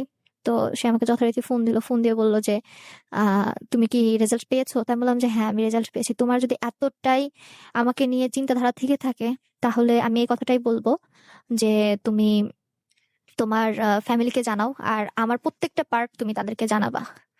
প্রত্যেকটা পার্ট তাদেরকে জানাবা। তারা যদি আমার সবকিছু জেনে আমাকে একসেপ্ট করে, তো ঠিক আছে, আমি রিলেশনটা কন্টিনিউ করব। আর যদি তারা আমাকে একসেপ্ট না করে, তাহলে আমার পক্ষে রিলেশন কন্টিনিউ করা সম্ভব না। আমি তার উপরেই ছেড়ে দিলাম সবকিছু। তারপর সে হয়তো তার মাকে বলেছিল, তার মা হয়তো মেনে নিচ্ছিল সবকিছুই। এরপর হঠাৎ করে সে আমাকে একদিন বলে যে তুমি তোমার আম্মুকে বা তোমার বাসায় জানো। তো পরে আমি আমার বাসায়, আমি আমার আম্মুকে প্রচুর ভয় পাই, এটা সম্মানের খাতিরে। তো আমি আমার আম্মুর কাছে বললাম, যখন আমার আম্মুকে বললাম, আমার আম্মু তখন বললো যে হ্যাঁ, ছেলেটাকে তো আমি চিনি, আমাদের বাসায় তো অনেক আসছে, দেখছি। বলে হ্যাঁ আম্মু। পরে তখন আহ আহ, ওই কথা বললে তখন বলল যে বাবা, তুমি পৃথিবীটাকে যত সহজ ভাবে দেখো, পৃথিবীটা এত সহজ না, অনেক কঠিন। তোমার জীবনে অনেক ঘটনা ঘটে গেছে, সেগুলো আবার পুনরাবৃত্তি হোক এগুলো আমি চাই না। যতই হোক, তুমি খারাপ হও ভালো হও, তুমি আমার সন্তান, যাই করবা ভেবে চিন্তে করো। পরে একদিন সে আমাকে ফোন দিয়ে বললো আমি আম্মুর সাথে কথা বলবো। তারপর আমি আমার আম্মুর সাথে তাকে কথা বলিয়ে দিলাম। এরপর আমি তাকে প্রায় ফোর্স করতাম যে আমি তোমার আম্মুর সাথে কথা বলবো। সেই পরে একদিন সে আমাকে কথা বলায়ও দেয়। এর ভিতরে সে ভার্সিটিতে ভর্তি হবে। তো ওর ভালো লাগা খারাপ লাগা, প্রিয় মানুষটার ভালো লাগা খারাপ লাগা তো আর প্রিয় মানুষটাই দেখে, তাই না? তো আমি তার সে ভার্সিটিতে ভর্তি হবে হঠাৎ করে বলল। বলার পর আমার আর তার প্ল্যান ছিল যে আমরা একই জায়গায় ভর্তি হব। তো তারপর যেটা হয়, সে বললো যে আমি বাসা থেকে যে টাকাটা নিয়ে আসছি, সেই টাকাটা আনফরচুনেটলি আমি খরচ করে ফেলছি, এখন কি করবো বুঝে উঠতে পারতেছি না। পরে বললাম আচ্ছা ঠিক আছে, আমি দেখতেছি। এমনও হয়েছে, হয়তো এই কথাটা শোনার পর আমাকে উন্মাদ পাগল এরকমই মনে হবে, যে ওর টাকা ম্যানেজ করার জন্য আমি আমার নিজের ব্লাড পর্যন্ত ডোনেট করছি। ব্লাড ডোনেট করলে কেউ কখনো টাকা নেয় না, আমি টাকার বিনিময়ে ডোনেট করছি, কারণ তখন ওর টাকার প্রয়োজন। আমি সেই টাকাটা নিয়ে ওর হাতে দেই, ও ভার্সিটিতে ভর্তি হয়, সবকিছু। ইনফ্যাক্ট ও যখন ঈদে বাসায় যেত, ওর জন্য ড্রেস কিনতাম, ওর ফ্যামিলি পার্সনের জন্য ঈদের দিন সালামি পাঠাইতাম, সবকিছু করছি। এত কিছু যার জন্য করলাম, সেই ছেলেটা আমার সাথে আহ, বেশ কিছুদিন রিলেশনে থাকার পর 2020 সালে সে আমাকে ছেড়ে চলে যায়। সেও আমাকে ছেড়ে চলে যায়। চলে যাওয়ার পর এর ভিতরে যেটা হয়, হঠাৎ করে আমি এতটাই ডিপ্রেসড হয়ে পড়ি যে মানে ছেড়ে চলে যায় বলতে, হ্যাঁ, ছেড়ে চলে যাওয়ার আগে হঠাৎ করে মানে ওর মিসবিহেভিয়ার গুলো আমি আস্তে আস্তে ফলো করতে থাকি, যে আমার সাথে মিসবিহেভ করতেছে। তো একদিন ভাবতে ভাবতে হঠাৎ করে এতটাই হয়ে যায় যে আমার নর্মালি একটা অ্যাটাক হয়ে যায়, হার্টের অ্যাটাক যখন হলো তখন আমাকে বাহিরে দেখানোর একটা প্ল্যান করলো যে না, এখানে দেখাবো না, ওকে বাহিরেই দেখাবো। তো আমি বাহিরে যাব, সব প্রসেসিং চলতেছিল। আমি যেদিন বাহিরে যাব নিজে আমাকে গাড়িতে তুলে দেওয়ার জন্য আসছিল। তো আসলে আমি বাইরে গেলাম, বাইরে যাই ডক্টর দেখালাম। আবার যখন বাংলাদেশে আসলাম, বাংলাদেশে আসার পর ওর সাথে আমি যোগাযোগ করার অনেক চেষ্টা করি, কিন্তু আমি কোনো যোগাযোগ করতে পারি না। এরপর ওর মাকে আমি জানালাম যে আম্মু, তোমার ছেলে আমার সাথে এরকম করতেছে, আমি কি করব? বললো যে ও তো জানোই যে রাগী মানুষ, টেনশন করো না, ঠিক হয়ে যাবে। আমি এতটাই পাগল হয়ে গেছিলাম যে ওর বাসায় আমি চলে যাই দেখা করার জন্য। ওর বাসায় আমি যাই দেখা করার জন্য, কিন্তু আমি দেখা করতে পারি না। ও ঢাকাতে যেখানে চাকরি করতো প্লাস থাকতো, তো দেখা করতে পারি না। পরে ও আমাকে ফোন দিয়ে গালিগালাজ করতে থাকে। এরপর আমার ফ্যামিলি হঠাৎ করে আবার বাড়িতে শিফট করে, আমার ওই কুষ্টিয়ার বাসায়। আমার বাবা এদিকে সর্বস্ব হারিয়ে বিজনেসের জন্য সবকিছু হারিয়ে ফেলে। আমার বাবা তখন বুঝে উঠতে পারতেছিল না কি করবে, কোথায় যাবে, সর্বস্ব হারিয়ে ফেললো। হারানোর পর আমরা সবাই আবার বাসায় চলে আসলাম। এর ভিতরে কোভিড সিচুয়েশন শুরু হলো। কোভিড সিচুয়েশনের আগে আর কি আমরা বাড়িতে আসি। আর আমি ডক্টর দেখিয়ে ডিসেম্বর মাসে ফিরি 2019-এর। তো আসার পরেই আর কি ওর সাথে আমার ব্রেকআপটা হয়। এরপর বাড়িতে যখন আসলাম, আসার পর ওর সাথে আমি তারপরেও যোগাযোগ করতাম, করতাম। একদিনকে তো আমি এতটাই পাগল ছিলাম, আমি ওর বাবার সামনে বাবার ফোন দিয়ে ওর বাবাকে ফোন দিই, কিন্তু ফোন ধরে না। ওর বাবা ফোন ধরে না, কেউ কথা বলতো না। ওর বাবা পরে ওর মা একদিন আমাকে বলতেছে যে যেটা হয়েছে ভুলে যাও, তুমি ভালো একটা মেয়ে, ভালো একটা ছেলে পাবা, তোমার ফ্যামিলি ব্যাকগ্রাউন্ড ভালো। ও চলে গেছে, তাতে কি হয়েছে? ওর মা আমাকে এই কথা বলার পরে আমি ওকে বলি, ওর মাকে বলি যে আচ্ছা আম্মু, তোমার সাথে যদি আজকে এই ঘটনা ঘটতো বা তোমার মেয়ের সাথে, তাহলে তুমি কি করতা? বললো যে কি করতাম, কিছুই না, সবকিছু ভুলে যেতাম। তাই বললাম যে তোমার ছেলে আমার সাথে এতটুকু করছে, অন্য কোনো মেয়ের সাথে যদি এর থেকেও গভীর কিছু করে তখন কি হবে? তখন বললো যে ওর মা আমাকে একটা কথা বলে যে দই দই মনে করে চুন একবার খাইছি, তাই বলে কি চুন বারবার খাবো, এরকম করে বলে। তখন আমি আর কোনো কথা বলি না। আমি আবার ওরকম কোভিড সিচুয়েশন, যার জন্য জবলেস, সবকিছু এটিয়ে বাসায় এরকম বসে থাকি। বাসায় বসে থাকার কারণে এরপর যেটা হয়, আহ ওরকম বাসায় থাকি। আমি আস্তে আস্তে আরো টেনশনে টেনশনে শেষ হয়ে যেতে থাকি। এরপর হঠাৎ করে আহ দেশের বাহিরে একটা সুযোগ আসলো। দেখলাম যে এইদিকে আমার বাবারও যেহেতু সবকিছু শেষ হয়ে গেছে, সর্বোচ্চ হারিয়ে ফেলছে, কোনো কিছু নাই আর, একদম শূন্য। মানে এতটা পূর্ণ ছিলাম, সেখান থেকে এতটাই শূন্য হয়েছে। একদিন আমার আম্মু বলেই বসলো যে আমি ছিলাম রাজ্যের রানী, আজকে সব হারিয়ে আমি ভিখারিনী। তো খুব কষ্ট পেলাম কথাটা শুনে, যে আমার আম্মু এরকম একটা কথা বললো। এখন আমাদের এমন একটা পরিস্থিতি হয়েছে যে নুন আনতে পান্তা ফুরায় যায়, এরকম একটা অবস্থা, যেখানে সবকিছু ছিল, গাড়ি বাড়ি, কোনো কিছুর অভাব ছিল না। বাবার এই বিজনেসের জন্য সবকিছু হারিয়েছি। তো এরপর যেটা হয়, বাবার যে বিজনেসটা ছিল, আর আমার বাবা এমন একটা সৎ প্রকৃতির মানুষ, সেটা হলো একজন একটা কথা বলছিল যে ভাই, আপনি যদি একটা বিজনেস করেন, ওই বিজনেসটাতে কোনোদিনও আপনি অভাবের মুখ দেখবেন না, বিজনেসটা করেন। তো আমার বাবা একদিন বললো যে ঠিক আছে, আমি একদিন দেখতে চাই। বাবা তখন ওখানে টাকাও ইনভলভ করে ফেলে। পরে বাবা একদিন ওইখানে যায়, দেখে যে ওখানে হারাম ভাবে টাকা উপার্জন হয়, মানুষকে লোক ঠকিয়ে। তখন আমার বাবা বলল যে আমি আমার সন্তানদেরকে নিয়ে, আমার ওয়াইফকে নিয়ে 3 বেলা জায়গায় দরকার হয় 1 বেলা খাবো, তারপর আমি হারাম কাজ করতে পারবো না, লোক ঠকানোর কাজ আমি করতে পারবো না। আমি চাই না ভাই, আমার টাকাগুলো আমাকে ফেরত দিয়ে দিও, যেদিন পারো সেদিন দিও। তো এরপর বাবা আরো অন্যান্য বিজনেস ধরে। বাবা এমন একটা মানুষ যে 7 চরের র কাটে না, আর আল্লাহ তাআলাকে সে প্রচুর ভয় পায়। সে 5 ওয়াক্ত নামাজ পড়ে। ইনফ্যাক্ট আমরা নামাজ, কোরআন শরীফ এগুলো না পড়লে সে আমাদের সাথে কথা বলে না, একসাথে খেতে বসে না। তো সেই মানুষটা এত আল্লাহ ভক্তি যার ভিতর, সেই মানুষটা যে সবকিছু হারিয়ে যাবে এটা কোনোদিনও ভাবেনি। আমার বাবা কোনোদিনও একটা টাকা বাজে ভাবে উপার্জন করে নাই। যদি উপার্জন করতো তাহলে সেই ব্যক্তি কোনো এভাবে বলতে পারতো না ওই লোকটাকে যে আমার পক্ষে হারাম খাওয়া সম্ভব না, লোক ঠকিয়ে। সে যদি টাকার লোভ থাকতো আর আল্লাহকে না ভয় করতো, তাহলে ঠিকই সেই ব্যবসাটা সে করতো। তো যাই হোক, এরকম বাসায় বসে আছি। এদিক বোনের চোখের অবস্থা অনেক খারাপ হইতে থাকে, এদিকে আমি জবলেস, জব পাচ্ছি না, কোভিড সিচুয়েশন, কি করবো না করবো বুঝে উঠতে পারছি না। এর ভিতরে হঠাৎ করে বাহিরে ইন্ডিয়াতে একটা অফার দেখি যে এখান একটা জায়গা আছে, মানে অ্যাভিয়েশনের, সেখানে স্টাডি করলে ওরা জব কনফার্ম করে দেয়। তো তখন আমি বাবাকে বললাম যে বাবা, কি করা যায়? তো বাবা বললো যে ঠিক আছে, তুমি স্টাডি করবা ওখানে, তারও যেহেতু তোমার আহ আমাদের রিলেটিভ আছে, তো ওদের কাছে শুনে দেখি। তো তারপর ওনাদের মাধ্যমে আর কি অফারটা জানতে পারি। তো তখন সে বললো যে ঠিক আছে ভাইয়া, আপনি টেনশন করেন না, ওর যা কত খরচা দিয়ে আছে সব আমি দেখবো। বাবা তখন এভাবে বলেও বসলো, দেখ আমি আমার মেয়েদেরকে বিয়ে দিব, সেই টাকাটাও কিন্তু এখন আমার কাছে নাই, আমি কিন্তু ওর একটা টাকাও খরচ দিতে পারবো না। তুই যদি মেয়েকে খরচ দিয়ে পড়াইতে পারিস তো তুই মেয়েকে নিয়ে যা, নাই তো বা দরকার নাই।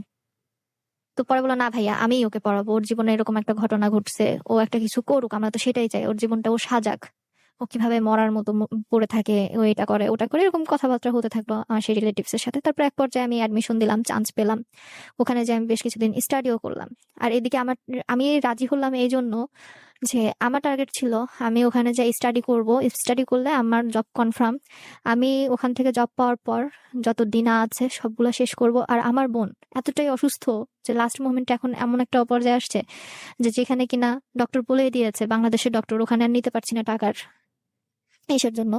তো তখন যেহেতু অর্থের অভাব আছে, তো তখন আমি আমার প্ল্যান করলাম যে আমি আমার বোনকে আগে ডাক্তার দেখাবো, চাকরি পাওয়ার পরে আমি আমার বোনকে ডাক্তার দেখাবো, আবার বাইরে নিয়ে যাব। তো তখন এর ভিতরে আরেকটা জিনিস বলি, সেটা হচ্ছে আমার বোনের যে বর্তমান অবস্থা, বাংলাদেশের ডক্টর বলে দিয়েছে যে ও যদি কখনো চোখে আঘাত পায় ও কোনোদিনও চোখে দেখতে পাবে না। সেটা হতে পারে একটা অন্যার আঘাত বা নর্মালি একটু ছোঁয়া, যেটাই লাগুক, আনফর্চুনেটলি যদি কোনো কিছুর আঘাত লেগে যায় ও আর কখনোই চোখে দেখবে না। তো এটা শোনার পর থেকে আমার এতটাই খারাপ লাগতে থাকে, আর আমি টার্গেট এটাই রাখি যে আমার যে করে হোক অনেক টাকা ইনকাম করতে হবে, আমার বোনকে ডাক্তার দেখাইতে হবে। আর আমার বাবার কষ্টগুলো আমি নিতে পারছিলাম না। যে মানুষ কোনোদিনও বাড়িতে কিভাবে ধান চাষ করে বা কোনো কিছু চাষাবাদ বা যেটাই গরু পালন হোক বা যেটাই হোক, কোনো কিছু করে না, সেই মানুষটা বাড়িতে সেইভাবে ভূতের মতো বেগার ঘাটতে থাকে। তারপর আমার আম্মুকে আমি কোনোদিনও যেসব কাজ করতে দেখিনি বিগত 30 বছরে, আমার আম্মু সংসার জীবনে কোনোদিনও যেসব কাজ করেনি সেসব কাজ করতে থাকে, আমি এগুলো নিতে পারি না। আর যেহেতু আমার একটা ভাই নেই, চোখের সামনে এগুলো দেখে আমি আর নিতে পারি না। তো আমি ওখানে যাই স্টাডি করতে, বেশ কিছুদিন স্টাডি করি। এরপর হঠাৎ করে আমি দেশে আসি। আসার পর আর তারা আমি যাদের কাছে থাকলাম, ওখানে আমার রিলেটিভরা সাথে আমার সাথে বিশেষ করে মিসবিহেভিয়ার শুরু করলো, আমাকে পড়তে দিত না, বাসায় কাচের বুয়ার মতো রাখলো, সবকিছু এটিয়ে করলো। এরপর আমি কোথায় যাব কি করব কিছু বুঝে উঠতে পারছিলাম না। তারপর আমি দেশে আসলাম। দেশে আসার পর আহ এমনকি আমার খাওয়া দাওয়ারও কষ্ট দিত, সব কাজ করতাম এরপর খাওয়া দাওয়ার কষ্ট দিত। তারপর বিভিন্ন ধরনের কথা শোনাতো। তারপর হচ্ছে এরপর আমি বাংলাদেশে যখন আসলাম, আসার পর আমি আর ওখানে যেতে পারি না আর্থিক প্রবলেমের জন্য। তো এখন আমার কথা হচ্ছে, এত কিছু এত কিছু যে আমার জীবনে ঘটে গেল, এখন আমি কোথায় যাব, কি করব, এখন আমার কি করণীয় ভাইয়া, আমার এটাই আমি জানতে চাচ্ছিলাম। আর আমি নিজেও জানি না যে আমার থেকে মানুষ আজকে এত কিছু শোনার পর কতটুকু ওরা নিজেকে শক্ত করতে পারবে বা জানতে পারবে। আই থিঙ্ক না পারছি নিজের স্টাডি, এখন এমন একটা অবস্থা হয়েছে যে যেখানে আমি স্টাডি করতে গেলে আমার বোনের স্টাডি অফ করতে হবে, আমার বোন স্টাডি করতে চাইলে আমার স্টাডি অফ করতে হবে। আর সবচেয়ে বড় কথা যে এখন ওর চোখ দুটোকে নিয়ে অনেক টেনশনে আছি, আর আমি ওইদিকে যাচ্ছি আমার স্টাডিটা করতে। এখন কোথায় যাব, কি করব, কোনো সলিউশন পাচ্ছি না। তো এখন কি করা উচিত আমার ভাইয়া, কাইন্ডলি আমাকে এটা একটু বলবেন। রাইট, শুনছি আমরা জুথির জীবনের গল্প, ভালোবাসার গল্প, যেভাবেই বলি না কেন, ওর কিছু প্রশ্ন রয়েছে, ও এখন কি করবে। এবং এই প্রশ্নের উত্তর আসলে এই হট সিটে বসে দেওয়াটা খুবই ডিফিকাল্ট। কারণ আমরা একটা মানুষকে যখন আমরা তার জীবনের গল্পটা শুনি বা তার ভালোবাসার গল্পটা শুনি, তখন আমরা কিন্তু খুব দ্রুত সময়ের মধ্যে অনেক কিছু শুনে ফেলি। এর ভেতরে হয়তো আরো অনেক ঘটনা প্রবাহ রয়েছে। যদি কিছু প্রশ্ন আমাদের মাঝখানেও আছে, একদম সহজভাবে যদি বলি, যে এই মুহূর্তে আপনার ফ্যামিলির সিচুয়েশনটা কি? এই মুহূর্তে আমার ফ্যামিলির অবস্থা এতটাই খারাপ যে যেখানে আমার বোনটা এতটা অসুস্থ থাকার পরেও না পারছি ওকে ডক্টর দেখাতে। আবার ওর খুব ইচ্ছা, যেহেতু ওর যেদিন থেকে আর কি চোখে সমস্যা, অনেক আগের থেকে ইচ্ছা হয়তো নিউরোলজিস্ট হবে, নয়তো আই স্পেশালাইজড হবে। আর ওকে যখনই ডক্টরের কাছে নিয়ে যেতাম, ডক্টরের কাছে গিয়ে বলতো যে আঙ্কেল আমি কি কোনোদিনও চোখে দেখবো না। তো এখন সায়েন্স ডিপার্টমেন্টে পড়ছে। তো আবার এদিকে আমিও চাচ্ছি নিজে স্টাডি করতে। এখন এমন অবস্থা হয়েছে যদি আমি স্টাডি কন্টিনিউ করি তাহলে ওকে স্টপ হতে হবে, আর ও যদি স্টাডি কন্টিনিউ করতে চায় তো আমাকে স্টপ হতে হবে। আর আমি বর্তমানে যে স্টাডিটা করছিলাম, যে আমার টার্গেট ছিল যে এখান থেকে আমি ওই যে প্রথমেই তো বললাম যে আমি এখান থেকে জব পেয়ে গেলে আমার ফার্স্ট ফোকাসটা থাকবে এটাই যে বাবার যা কিছু আছে প্রত্যেকটা লোন টোন যা কিছুই হোক না কেন সব পরিশোধ করিয়ে আমি আমার বোনকে আগে চিকিৎসা করাবো। কিন্তু এখন এমন অবস্থা হয়েছে যে আমি না পারছি, কারণ বেকারত্বটা এখন অনেক বড়।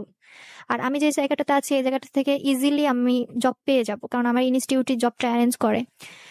তো এখন আসলে কোথায় যাব, কি করবো এটা তার মানে বুঝে উঠতে সবার আগে পারছি এই না। মুহূর্তে আপনার পড়াশোনাটা কমপ্লিট করা দরকার। জি ভাইয়া। কারণ আপনি যদি সেটা কমপ্লিট করতে পারেন তাহলে আপনার জবটা ঠিক হবে। আর জবটা যখন হবে তখন আপনার এই সমস্যাগুলো আস্তে, আস্তে দূর হ্যাঁ, হবে। জি ভাইয়া। রাইট। সো আপনার পড়াশোনাটা থমকে আছে কেন? পড়াশোনাটা থমকে আছে ভাইয়া আর্থিক প্রবলেমের জন্য। কারণ বাবার অবস্থা খুবই খারাপ। বাবা যে আরেকটা মানে কোনো লোন নিবে বা কোনো হুম, হুম, কিছু, হুম।